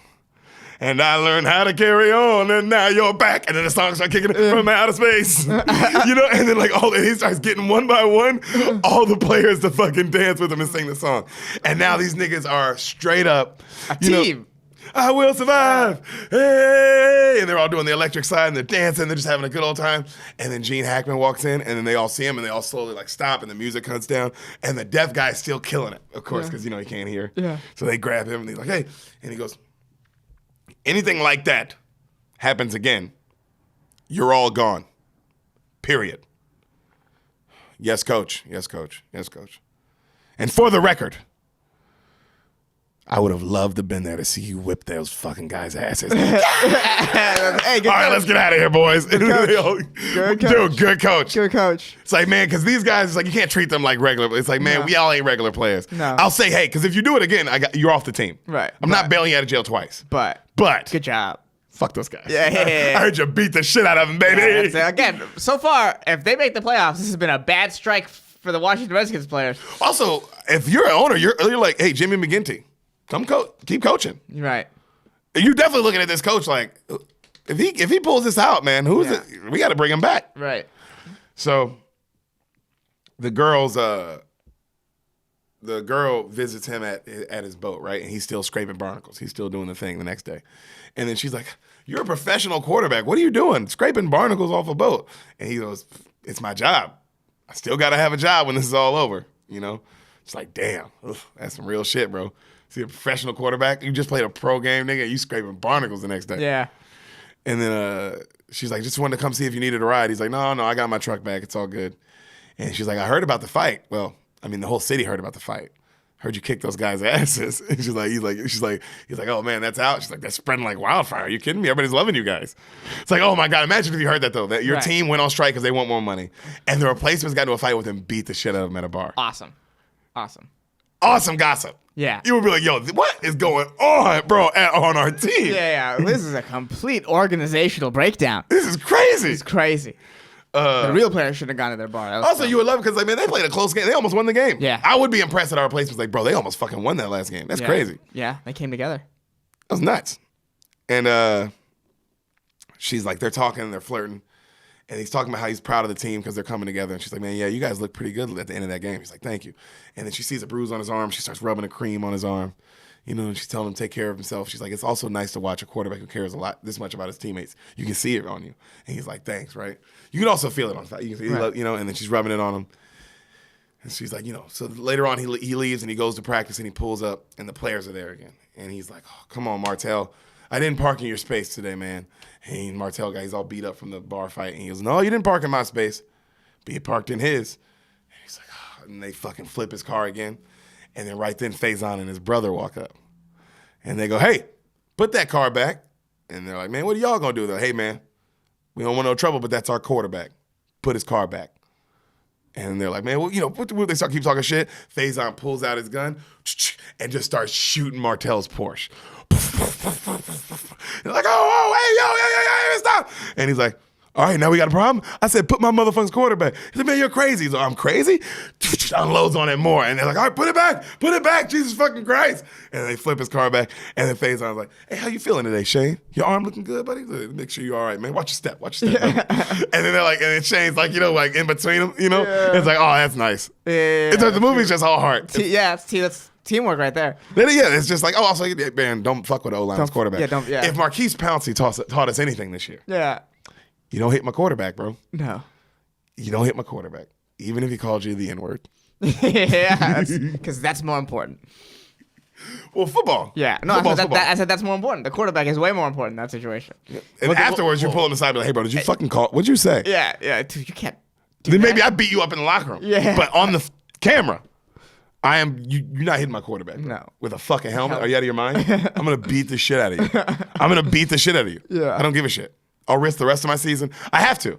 Somebody's got to do it. Someone has to do it. So, they're at a team meeting next, right? And the coach, Hackman's saying how, you know, he wants his team to trust each other more, how they had a great effort and all that stuff, but they still came up short. He's like, you know, we get the chemistry right, this team can win. He's like, you know what I want you guys, what I want right now is you to admit your fears. And he writes fear on the board. And he's like, I want to know, man. Let me know. What are your fears? What are you afraid of? And then fucking Orlando guy's like, I mean, I'm afraid of spiders, coach. And he's like, I mean, well, that's not really. He's like, yeah. And another guy's like, yeah, I'm afraid of spiders too, coach. He's like, no, guys, that's not. And he's like, yeah, coach, spiders are scary. They be fucking having different colors and shit. And he's like, yeah, some are poisonous. Like, they all start going off, right? He goes, He goes, no, fellas, get off the spiders, okay? I didn't mean it like that. I meant on the field. And then Orlando goes, talking about spiders on the field, coach? And he goes, guys. And then the guy's like, man, what about bees? And he's like, ooh, bees be out there on the practice field. And then they start going off on bees. And he goes, guys, not insect-related fears. And then Falco goes, quicksand. And everybody looks at him. The players look at him, and he's like, oh. And then Gene Hackman goes, I know what you mean, Shane. And he's like, explain to the team what you're talking about. And he's like, quicksand is when you're playing, everything's going fine, and then you just do one thing wrong, and you can't get out of your head, and then it leads to another thing, and another thing. And you're doing everything now to fight back those mistakes, but you're just sinking deeper and deeper, and you look up, and all of a sudden you can't move, and then you realize you're just in over your head, and you're suck all the way in quicksand. Like, damn, I bet it is like that when you're having a game like that. And then the one thing changes, and it flips everything. Crazy how football works like that. Because you can't get it out of your head. Yeah. You throw another pick, and then another pick, and then you fumble, and then you're fucking forcing it, and you're like playing out of your pocket, and you're just like, yeah. And then all of a sudden you're just like, you don't even believe you're gonna win it. You know, you've told yourself like, now you lost completely. It's just you lost. So right. It's a hard game. And then he goes, and then Gene Hackman, everybody's looking at him like, damn. And then Gene Hackman goes, anybody else? And then they all start saying how they're like, I don't want to go back to that working at the mini mart. Man, I don't want to go back to prison. Man, I don't want to just go back to being a cop. Like, I don't want to like go back to my normal life after this. Like, this is awesome. Which doesn't make you damn, bro. That would make you appreciate like, damn, bro, this is crazy. I'm playing in the fucking NFL right now. Right. I had a fucking job the other day. So he goes, you guys have been given something every athlete dreams of. A second chance. A second chance. He's like, let's use this Fear Sunday. And let's put it into San Diego. Yeah. They all go crazy. And cut to, Shane gets blasted. Boom. He just gets rocked, right? He gets up and he's pissed. And the guy's talking shit to him who blasted him. And then he goes to the huddle and he goes, hey, let that guy through next play. And Faison's like, what are you talking about? He's like, let him through. Blue 80. Blue 80. Hut. He drops back. He takes a snap. They let him through. He fucking throws it as hard as he can at that guy in the fucking head. Bam! And then right then, the guy goes, like, it fucks him up. And then the deaf guy, boom, blasts him. Fucking Roy takes that nigga's head off. The ball's just in the air. The fucking Japanese O-lineman catches it. The other 3 O-linemen look at him, and they're all like, let's go!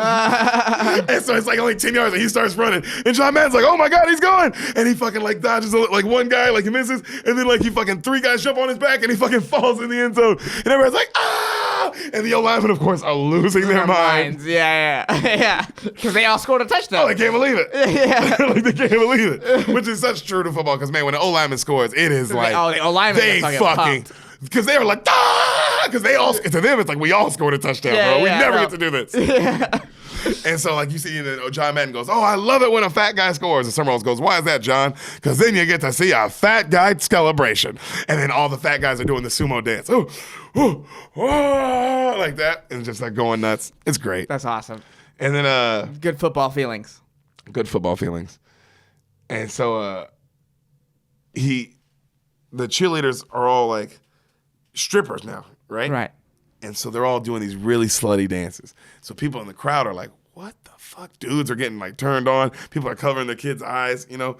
And the other team on the sidelines looking over, like, starting to point, like, dude, look at their fucking cheerleaders. And they're like, I'm talking about, bro, they're just literally stripping pretty much. You know what I mean? That's funny. And the quarterback is about to call a play for the San Diego team. And he looks over and he sees them and like they're slapping each other on the ass. And then the rest of the team looks over and then like, their coach is like going, hey, hike it. And the guy goes, hut. And then they get blasted, right? Huge sack. Right. And then the coach goes complaining to the ref, their cheerleaders can't do that. I mean, they're smacking each other on the ass over there. And Gene Hackman like smiles like, all a part of my master Yeah, this is it. I'm an outside the box coach. Dude, I'll do anything to win. All right, fucking strippers, bro. So they're down 16-7, all right? 42 makes another great pick. Mm-hmm. This dude's clearly, he also played in the league. If he wouldn't have beat up cops, he'd still be a Hall of Famer. Yeah. You know? fans are going crazy. I mean, because they have another chance. They have a chance to win here. Down 8? No, they're down 9. 16-7? 16-7. Okay. Where are we in the game? Then we don't know yet, but it's just the score. Okay. They start another drive. Falco scrambles to the right, completes another great pass to fucking Roy. Roy makes a great catch. All right. He rolls, and then he rolls another next play. He rolls to the left again, scrambles, rolls back out, hits Roy again for a motherfucking touchdown, and he gets blasted by the cheerleaders, right? And the cheerleader girl looks at him. She goes, "Not bad, Falco." And he's like, "Ah," right? Like going crazy. Now they're down 2. Onside kick. Fucking Danny. Fucking, he's like, he's just yelling and shit. The prison guy makes a blast a dude. Danny picks the ball up. And they're all yelling, "Fall down, fall down, fall down." And he's fucking burning clock. Fall, fall, fall. Falco, who's also out there, has to fucking, tackle him himself. Right. All right? And then he goes, "Oh, that's a nice hit, Shane. Good hit." And he's like, "You fucking idiot." You know what I mean? So now they have no time left, right? So they're like, "Oh, Hail Mary, Hail Mary." And then Nigel comes up and he goes, "Let me ask for it. I can do it, coach." And he's like, "It's a 65-yard field goal, Nigel." He's like, "You hold it, Shane. I'll kick the fucking bloody piss out of it." This guy's awesome. Yeah. And then Shane's like, he looks at Gene Hackman. Gene Hackman looks at him. He's like, field goal unit. And then Madden's like, they're sending out the field goal unit. This is a 65-yard field goal. I mean, do you think he has the leg? And then John Madden goes, "I think he's smoking a cigarette." And then you see him out there, and he's like, "No, you're imagining stuff, John." He's like, "Summerall, he's smoking a cigarette out there." And so right then, the people watching on TV, it's the gambler dudes that he owes money to. And they go, "That's fucking Nigel. That's where he is." And they all leave like, "Oh, now we know where this motherfucker is." Right. All right?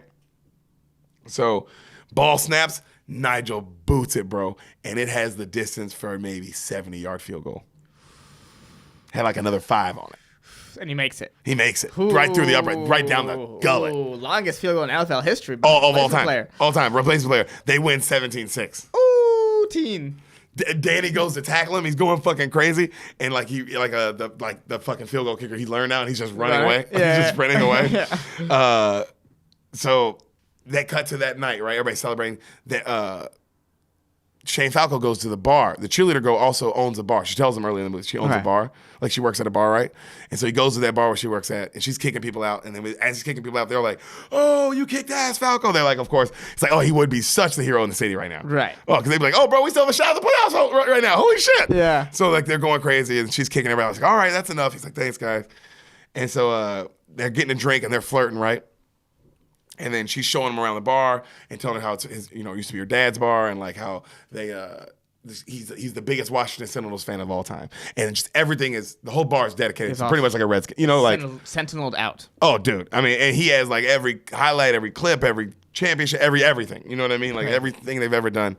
And she said every other kid growing up got bedtime stories. She's like, "I got Sentinel stories."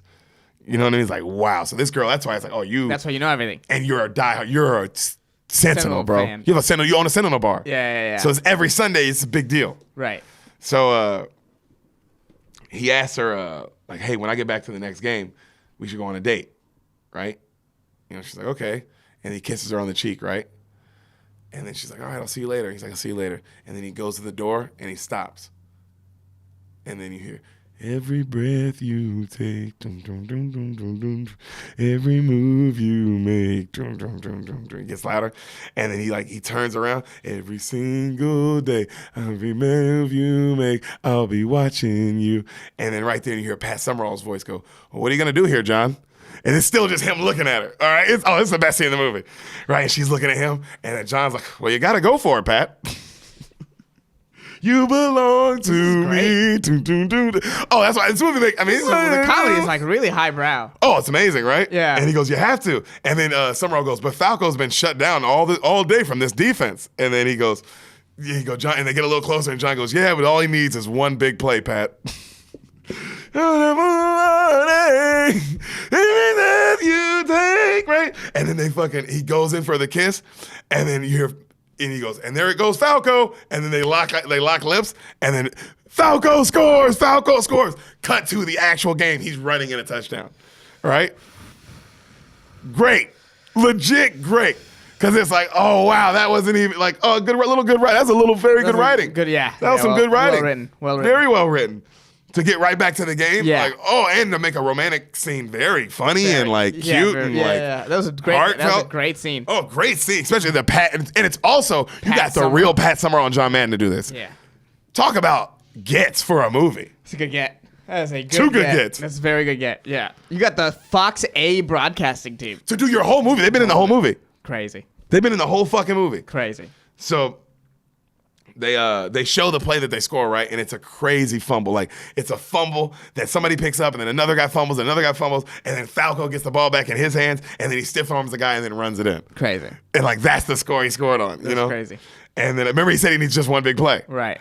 So later he throws to Clifford, who drops, like they get the ball back, he throws to Clifford, who drops a touchdown.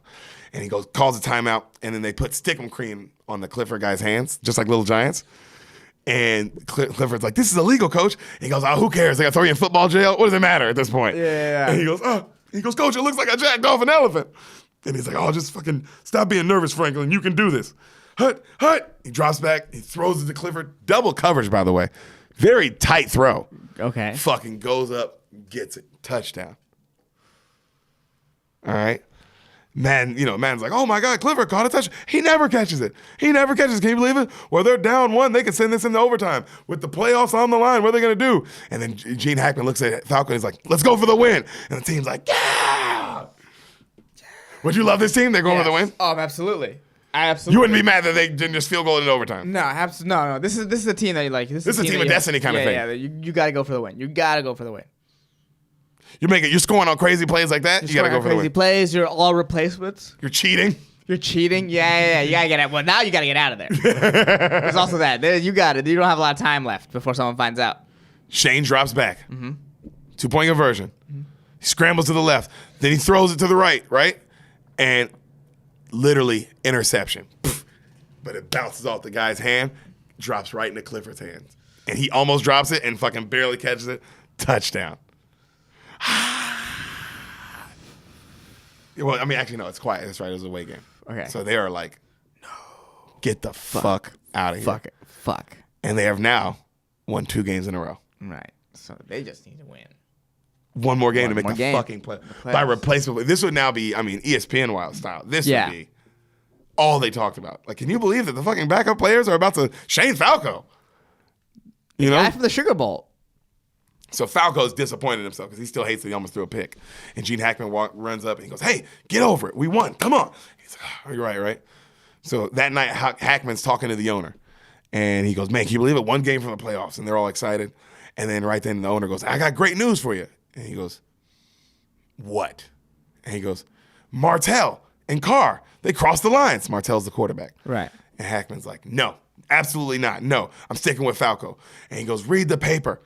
All that they're playing," he's like, "We're playing Dallas this week. Their entire team crossed back on the lines. We're going up against the Dallas Sharks," which would be the Cowboys. He's like, "They are last year's champions. Do you understand that? He's like, we're going up against the champions. We have to beat them to get in the playoffs." And he goes, "Man, he is my quarterback. He's been my quarterback all year." And then the owner goes, "You saw what happened yesterday." He goes, "Oh, Falco's getting it back. Don't worry about yesterday." He goes, "When the game's on the line, that guy crumbles. We need Martell. That's an NFL quarterback. That's a seasoned vet, you know?" And he goes, "You really are a son of a bitch. You know that?" And Hackman storms out. Go to the stadium, right? Falco's out practicing after practice on his own. And he's just replaying the 2-point conversion over and over. Just rolling back, going out to the left, fucking nailing the net. You know what I mean? Just over and over, right? And Hackman comes out. You can tell he doesn't even want to tell. Also, man, you got to tell him at this moment. It's like, he's like trying to get better from this situation that we're, like, Right. But Hackman, you have control of the team. You can do what you want. Can't you? Maybe not. So Falco is out practicing, and he goes, "I don't want to end up in this position again against Dallas, coach. I'll make sure this doesn't happen." And he goes, Shane, it's over." He's like, "What?" He goes, "Martell crossed. I'm sorry." And he's like, "Let me guess. He chokes when the game's on the line." That's what they say, huh, coach? And he's like, "Oh." And then Jay Hackman doesn't say anything. And he goes, "It's okay. It's better for the team. Martell's one of the best in the game, one of the best to ever do it. He's got it all, right?" And then Gene Hackman goes, "He doesn't have heart. You do."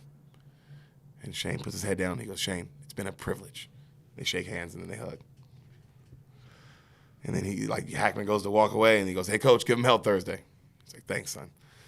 So cut to the locker room. Martell shows up, right? Falco's cleaning out his locker. And Martell goes, "Hey, man, I just wanted to say sorry about all this." Shane's like, "Thanks, man." He goes, "It's terrible what they do to you guys, make you believe you're better than you are, and then just pull the rug from under you." And Falco kind of looks at him like, "Man. Fuck you. Fucking piece of shit." But that is a classic, like I said, almost compliment. Because it is like, "Oh, damn, bro, I thought you were going to be nice, and then you're just who you are. You're a fucking animal." Yeah. And then he goes, "The cruelest thing I think they do to you guys is to give you actual hope." And he goes, "Martell, you're a class act. Real class act." And then he looks at her, he goes, "Hey, you know that girl? She deserves better. She deserves better than you." And he's like, he just leaves, right? And then right as he leaves, he just goes, "Man, just take care of my guys," right? And then he leaves because he's an actual class act. Right. So that night, the girl's excited because she's kicking people out of her bar because she has a date with Shane. They set up they're supposed to have a date that night, right? And so she's setting it all up. She set candles up and shit. He goes to the bar, and at the bar, his team's partying. They're all just partying, having a good time. And then the Roy guy is signing to one of the stripper cheerleaders, like, "How pretty you are." He's like, "You're very pretty. You're very pretty." Signing to that. And she's like, and then, by the way, to my listeners, I just did the sign for getting a blowjob, the traditional one, the one you immediately thought of. Yeah. And and then Roy's like, and he runs over to her. So Falco walks in, right? And then right when Falco sees him, Falco walks in, right when the kicker guy sees him, he goes in this huge intro. "Everybody to our quarterback, number 16, our fearless leader, Mr. Shane Falco." And the whole bar, like the players and, of course, the city in the bar is like, everybody. Right. "Falco, Falco, Falco." They're chanting his name. And he's just like, And he looks at Nigel, and he's like, "Nigel, it's done." And Nigel's like, "What?" He's like, "Martell, he crossed. It's over." He's like, "Bloody hell."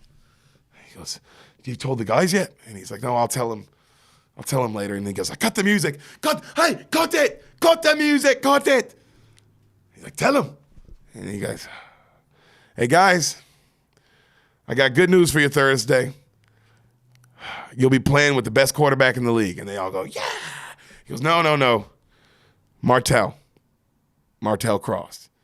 And they all go, "Man, fuck Martell. Fuck Shane. You're our quarterback, man. Fuck him." And he goes, No, man, stop it. Hey, while you guys are all getting pounded by Dallas, I'll be drinking beer on my boat, huh?" And they all kind of laugh. And they all go, when the running back guy goes, "Everybody raise your glasses. Raise them up to Shane Falco, our quarterback, our leader, and most important, our friend. Falco." Everybody, "Falco, Falco." I know, bro. I know. I know. It's I love sports. And I know certain things are like, they go for the heartstrings. They get you. Yeah. And then Falco goes, "It's been fun, boys." And he takes a shot and he leaves, right? So cut back to the girl. He just goes back home and he sits sadly on his boat and he leaves the girl. The girl is like, now all the candles all the way burnt down, implying he stood her, and she's crying. So he stood her up. Right. All right. Which kind of sucks. Now Sam was like, she was crying for Shane. She's like, "Well, he could have fucking called her." Yeah. And I was like, "Damn." And I was like, "Damn, bro, that nigga could have been like, hey, I can't do this tonight. Just too much is going on. Right. I'm sorry." Because, I mean, Jesus, why you just, because she's just waiting all night, which, like, Jesus, bro. And you like this girl. I would definitely have called her. But that's me. I'm not Shane Falco. He also fumbles in big time situations. Yeah, that's what they say. Well, that's real. That's what they say.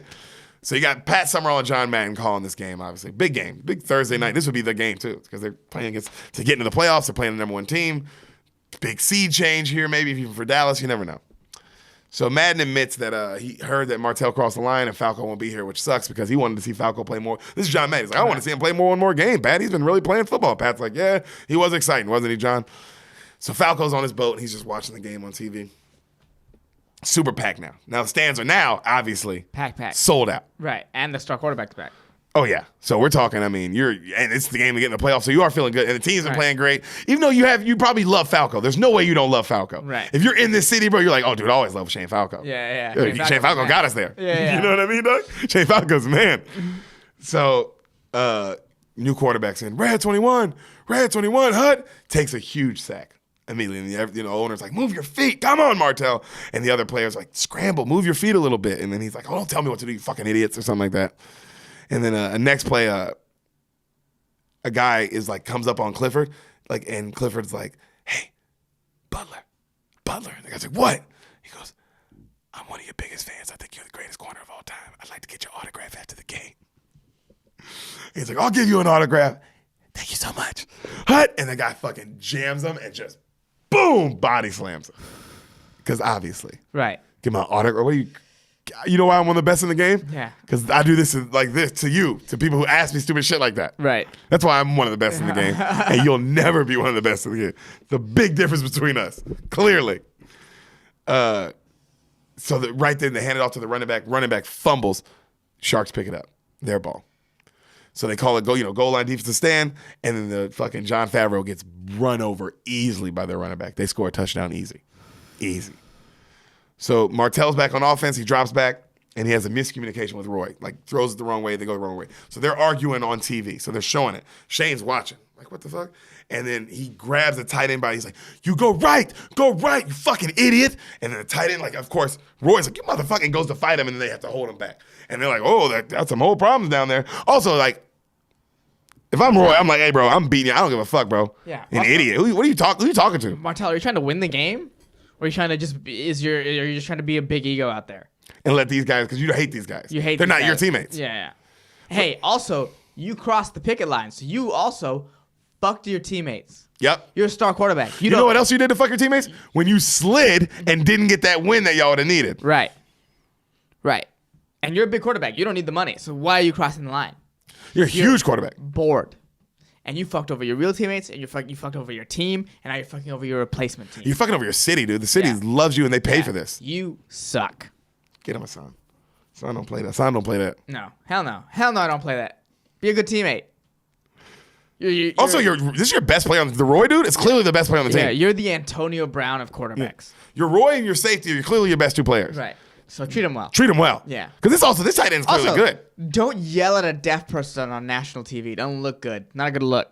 Yeah, calling him an idiot just because he can't hear you. Yeah. Like, that's a bad look. Not a good look. Also, if I'm the only other guys on the team, I'm gonna beat this nigga's ass. I like Roy. Why are you talking to him that way? Yeah. You know? So the next play, he throws it to him, and like a high ball and like across the middle, and Roy catches it, but he gets blasted. They call it a fumble. Dallas recovers, right? And then as he's getting, like, the team has to pick him up slowly, he comes up to him and he goes, nice hands, right? And he runs off, and then the coach is like, hey, what was that about? And he kind of ignores Gene Hackman. Right there, if I'm Gene Hackman, he's out the game. Right. Did you just try to hurt our tight end on purpose? Right. And even if you didn't, you went up to him and mocked him when he's fucking getting helped off the field. Are you out of your? I don't give a fuck who you are. You're out of the. Are you? He's out the. Oh, you are out the. I don't fire me, owner. Yeah. I'm not playing players like that. Yeah. I don't give a fuck how rich he is, who he is. He's off my team. He's off my team. He's because it's like, bro, you're off my team. You would be off my team. Try to hurt one just for the. They say like, oh, bro, you're off my team. Even as the other players, I'd be like, hey, I'm going to beat this dude's ass when we get in the locker room. So know that. I'm not going to do it on camera. When we get in the locker room, I'm fucking you up. Yeah. I'm like right when we get in. Just know that for the next 3 minutes as this counts down. I'm fucking you up in that locker room, bro. What'd you say to him? You know what I mean? Like, bro. I'm fucking you up. You're crazy. So they literally, the next play, they throw a touchdown. They're up 17-0. All right? Mm-hmm. The Nigel Mobster dudes are in the crowd, and they stand up and they let, like, right in the front 50-yard line, and they let Nigel see him, and Nigel turns, he's like, oh shit, and he tries to, like, hide. He's like, oh fuck, like, I fucked up. Right. So Martell throws another bad ball. The crowd boos. Go into halftime, down 17-0. He goes up to Gene Hackman goes like, hey, and he ignores him. He's like, hey, I'm trying to talk to you. And he's like, I don't give a shit. And he's like, hey, that's not the way I play football. You got to do the way play the way I coach a game. He's like, well, I don't give a shit how you coach because this is the way I play. And he's like smiling, putting his hat on. He just walks off, right? And so Gene Hackman's running off the field, and like a Dolores kind of person, the woman side reporter runs up, and she's like, Coach, what do you need to do to get back into this game? He's like, we need heart. And she's like, can you elaborate? He's like, this team needs miles and miles of heart. And he runs off, right? So Martell's in the locker room and he's fighting with everybody, just calling them all losers and all this shit, just yelling. Everybody's yelling at him. Fuck you, man. So right then, Hackman and him are arguing. He's calling out Hackman, and he's like, "Who the hell, you know?" And he's like, "Nobody." He's like, "You're playing like a weak, son of a bitch." He's like, "You can't expect me to beat Dallas with these losers." And then right here, you hear somebody go, "I can," and they all turn. Who is it, Hassan? Who is it, buddy? Muhammad Ali. That's right, buddy. Yeah! Falco. So he walks in, and then the whole team's like, yeah, Coach Hackman's like, suit up. And he's like, get the fuck out of my locker room. Martell's yelling at him. And he's like, this is bullshit. And then right then the kicker steps up to him, and he's like, you big fatty. And then he like sizes him up, like, what's up? Like, let's go, Right. And then everybody else comes up to him, and he goes, you fucking losers. I'm an all-pro quarterback. I have 2 Super Bowl rings.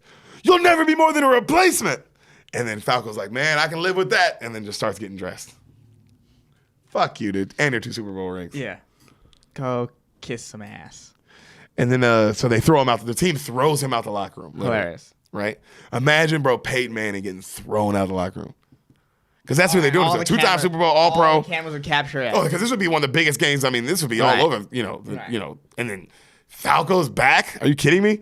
So the team runs out, and then the Falco runs out last, and the fucking city. I like this because it's like, man, the city sees him, and they fucking Lose their shit. because they're down 17-0 anyway. So you like, I don't want Martell anyway. Yeah. I want fucking. I want the. Also, all of the last 3 games, Falcons come back. Right. That's a good point. What a good point. I'll take Falco. At this point, everybody in the city would be like, bro, I'll take Falco all day in this Falco. situation. Yeah. And so, city erupts. The owner's pissed. What the hell is he doing out there? Yeah, John Madden's so excited. He's like, oh, Falco's back. Oh, we're going to see Falco with one more shot. He runs over to the cheerleader, and then he looks at her and he goes, I'm sorry. She's like, don't worry about it. So they're playing the zone defense, and they're blitzing a lot from the right, and he just starts kissing her. And then Summerall goes, whoa, he's necking with that cheerleader. I don't think they're allowed to do that, John. And then John goes, well, what are they going to do, fire him? And so the team's like, yeah, Falco. And then Gene Hackman goes, hey, stop celebrating. We're down 17-0. Did you guys forget? All right? He goes, this time tomorrow, the strike will be over. Every team will be back. You'll all be out of jobs. And he goes, but Dallas isn't as afraid as they should be, because there's no tomorrow for you. And you know what that makes you? Very dangerous people. And they just go, ah! God, what an amazing coach. I mean, yeah, bro. What Because an it's like amazing you coach. have nothing to lose. So it's like you guys can play like this is a Super Bowl. But dude, being honest, all of his Go ahead. pump-up speeches are so honest and so real. You loving Hackman as a coach in this? Yeah, but they're so inspiring. He don't mince words. He doesn't sugarcoat anything. He's like, yo, you guys aren't gonna have a job tomorrow. And at the Straight end of up. the speech, you're like, yeah, we're not.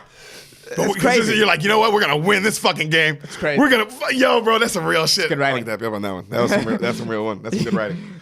So Falco goes to the line. Kick ass on one. Break. They all smile. First play, bro. Hut. They literally start beating the shit out the other team.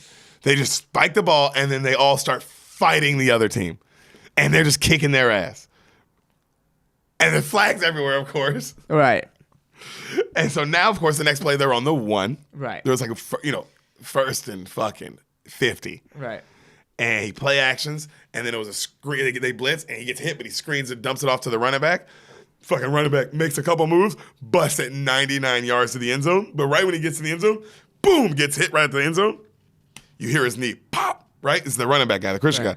And he fucking flips in, and he lands, and he's holding his knee. My knee. Right? And Shane runs up to him, and he goes, Shane, did I score? Shane goes, yeah, man, you fucking did it. And he goes, whoo, going out in front of 80,000. Ain't that bad, huh? And everybody's like, yeah, and they like get him up on the cart, and he goes, Shane, finish what you started, dog. And Shane's like, this is when Sam starts crying. In the movie, I mean, it does He get scored, you. though. He got it. He got that touchdown, He dog. got that touchdown. 99 yard. He got that fucking end zone. He got to that fucking end All of a zone. sudden, it's 17-7. Ooh, 1770, eh? Ooh. So they get the ball. They get the ball back again. Another big pass to Roy for a first down. And then Roy gets up and he's fucking.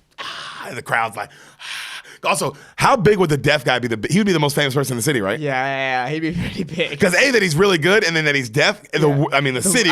Love him. That's the world would love him. Oh my God! Yeah, he would be He would be commercials. I mean, you're talking about his already one of the highest selling jerseys. And think about that. You'd still see people with like Roy, whatever his last name. Oh was. yeah, You'd still see people like that. Oh yeah, and then because people would look back at those highlights. I mean, and then the career he had after that, but they'd look back and be like, "Oh my God, this is how he was introduced to the NFL." Yeah. Are you fucking kidding with this team?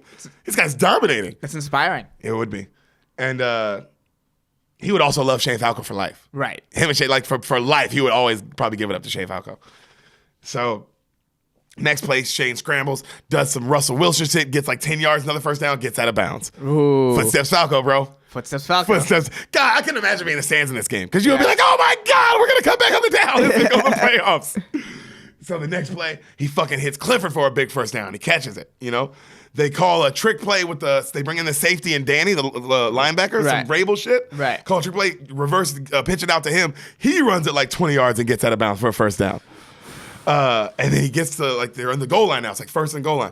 And he goes, Falco's like, I wish I had something inspirational and really cool to say and that was classy, but that just wouldn't be our style, would it, boys? And they all start laughing like, hell no. And he goes, chicks dig scars and glory lasts forever. And they all go, right on, Shane, right on, Shane. And then he calls the play, drops back, takes a mega hit, but dumps it off the last second to Clifford.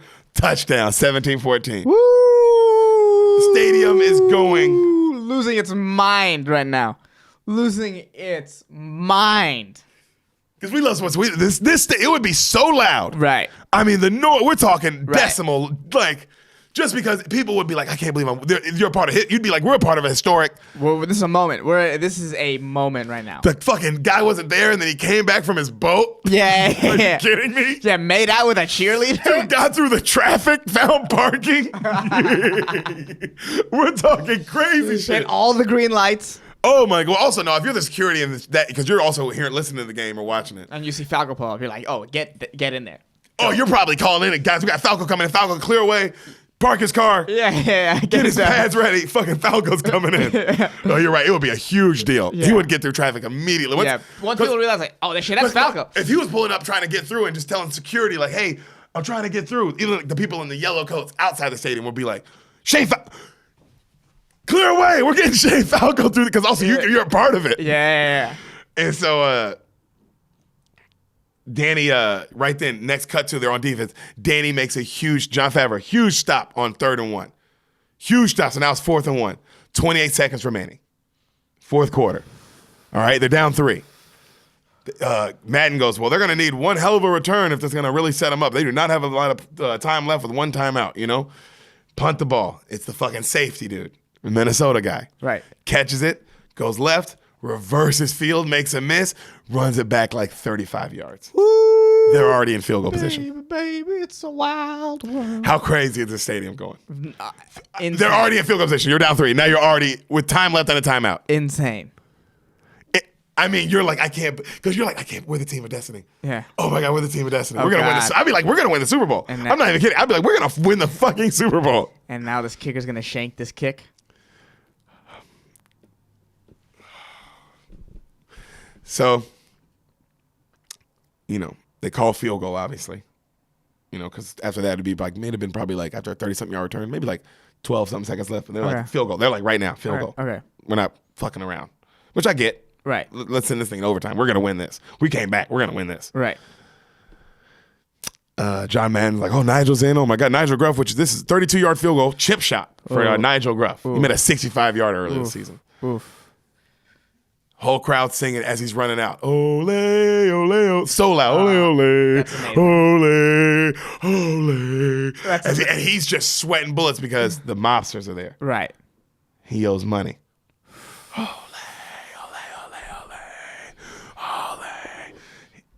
Fucking, he's setting up. Shane looks at him. He sees him like panicking. He goes, Nigel, you okay? He goes, I'm sorry, Shane. I'm sorry. I pissed the money away. I did. I pissed it away. He goes, what? He goes, I pissed the money away. They gave it to me, and I made another bet. I'm a fucking idiot. And I pissed it away again, and they're going to take my pub, Shane. It's the only thing I have. It's all I have to my name. It's my father's pub. They're going to take it away. And Shane's looking at him. Clock's running down. Hackman's like, snap the ball. You know what I mean? Shane goes, hut. Hikes it. Nigel's like you can tell he just goes, fuck it. I gotta kick the field goal. I'm not gonna lose the game. He goes to kick it. Fucking Shane pulls it. He fucking Charlie Browns lands. Shane reverses out. Stiff arms a guy. Fucking shakes another guy off him. Breaks it down the sideline for 20 yards. Dives in the end zone. Touchdown. No time left. Oh, you mean the greatest play of all time? Falco. You know what I mean? Beep. Holding on the offense. Number 68. First and down, re-put the game clock back to like 6 seconds. Timeout. Now they have to waste their timeout. Right. They run to the side. Oh, I mean, could you imagine, bro? Could you imagine, bro? The greatest play of all time. Being called back. You kind of have to pick up that flag. If you're the ref, you got to go, I didn't know he was going to do that shit. My bad. Yeah. I mean, goddamn, y'all. Did y'all see he broke 2 tackles, ran it 20 yards? Yeah. On a fake, and they didn't even know he was going to do a fake. Right. Also, Shane Falco's that. I mean, yeah. He's the hero. Does Shane Falco, if this is a true story, does he already at this point, after that play, got called back, does he ever pay for a drink in Washington? No. He's done. He's done. That's the greatest. It's the greatest moment of some people's lives. Called back or not? You called back or not? Because people are always, even if they lose, People everyone's going to say they're remember the cheated moment. forever. Yeah. Forever they'll say they were cheated. Yeah, and people will remember the moment. So he's getting that drink in Washington at least. Right. For the rest. Also, I mean, even in the country, a lot of places, people would be like, bro, you're Shane fucking Falco. Yeah. I watched that game. Yeah. Y'all beat Dallas. That was great. You had the greatest play of all time. Yeah, and they called it back. So he goes to the sideline. Nigel now has his arm broken. They don't have a kicker. Right. All right. He looks at him. He goes, cheers, Shane. You saved my ass. And Shane's like, it's all right, brother. Get better. He goes up to Hackman, and Hackman's looking at him, and he's like, well, what's it going to be, Shane? Falco looks at him. I want the ball. And the team's like, yeah. And then Hackman goes, winners always do. Calls the play like an X something post. He runs up to the huddle, right? Right when he gets to the huddle, the Japanese guy is the one who got the holding call. And he's like crying. And he goes, I'm sorry, guys. I apologize. I made a mistake. I'm sorry. And then Falco goes, hey, don't worry about it. Make up for it on this play. And he goes, I will, Shane. Right? I mean, I love football. Yeah, you know, I just that moment to me is like a guy being like, bro, I'll tell you this much. This play, I'm not fucking up. Right. I know nothing else in life. This play, I ain't fucking up, bro. And so he looks at the huddle, bro, and he goes, all right, who beside me? He goes, who beside me really wants the ball right now? And then right then the deaf guy goes, and then Shane goes, you do want the ball, don't you, Roy, from The Office? And bro, I mean, at that moment also just, I mean, because the dude's like, right? And he goes, you got it. Something, Max Post. Gentlemen, It's been an honor to share the field of battle with you. Right? He goes, on one, ready, break. They line up, slow motion, obviously. Right. Got it. I mean, if you're a director. Right. This is slow motion time. This is slow motion time. You slow motion this shot. He walks up. Roy looks over. Falco's reading the D. Green 86.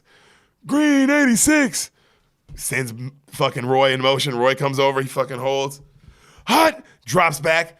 Fucking a guy gets through. The fucking Samoan guy, the Japanese guy. Boom. I mean, great pickup blitz block. Which isn't a thing, obviously you can't, if you don't know football, you're like, oh, that would be huge. Right. That would be You just huge. find your quarterback a bunch of time. No, as it would have been, he'd hit him right as he threw it. So it would have fucked up the throw. Right. So he blasted him, boom, and then he fucking throws it fucking slow motion. Homeboy's not even out of his break yet. He's still running. The ball's in the air, still not looking. Running. Ball's in the air, still not looking. He fucking hits that break. Right when he looks up, he sees it, fucking dives, brings it in the end zone. Touchdown, no time on the clock. Washington wins! Oh, so 2 of the greatest plays of all time in a row. And this tight end is now the greatest tight end of all time. Yeah. He fucking already. He's the greatest tight end of this season. Yeah. Comeback player of the year, rookie of the year, all of it. All of it. All of it. God. And Shane Falco. Jesus. What do you say? The stadium fucking Erupts. Then they beat Dallas. Washington just beat Dallas. You're in the playoffs. You're in the playoffs. You beat your main rival. You probably don't want your starters back. You're like replacements. Right. Yeah, fuck. They just beat Dallas. Why would we want? Also, if you put Martell back in over Shane Falco at this point, People will lose their minds. they would say this. Well, but of course they do that because they're the Redskins. Right. Well, yeah, that's fair. Come on. That's fair. I mean, They couldn't even diagnose a tumor on one of their star players. Oh, Jesus Christ. Isn't that crazy? So he rips his helmet off after he scores and he throws it. The owner's like yelling, "I knew it! I believed in you, Falco!" He's like, "I knew," which an owner so would yell. Right. Washington, Madden, Washington 20, Dallas 17, and then you hear in the stadium, "Your Washington Sentinels are going to the playoffs."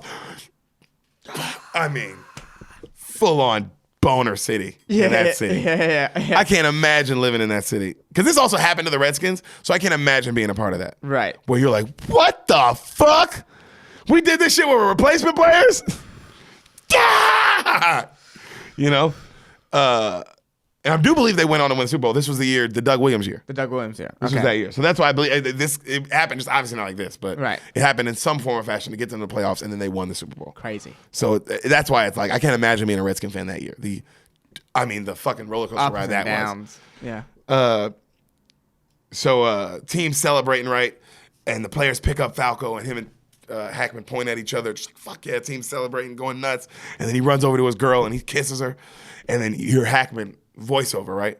The replacement players left the stadium that day.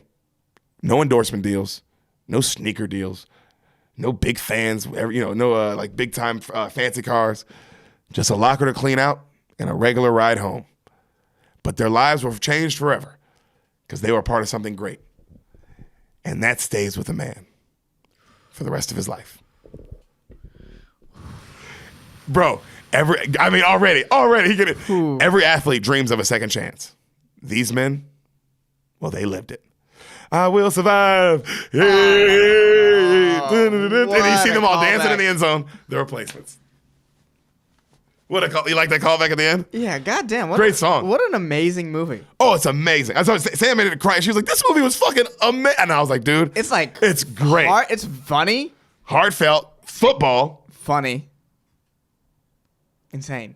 They win. You don't think they're gonna win? They win. They fuck them because you don't think they're gonna win. Yeah. You're just like, they're not gonna win, and they fucking won.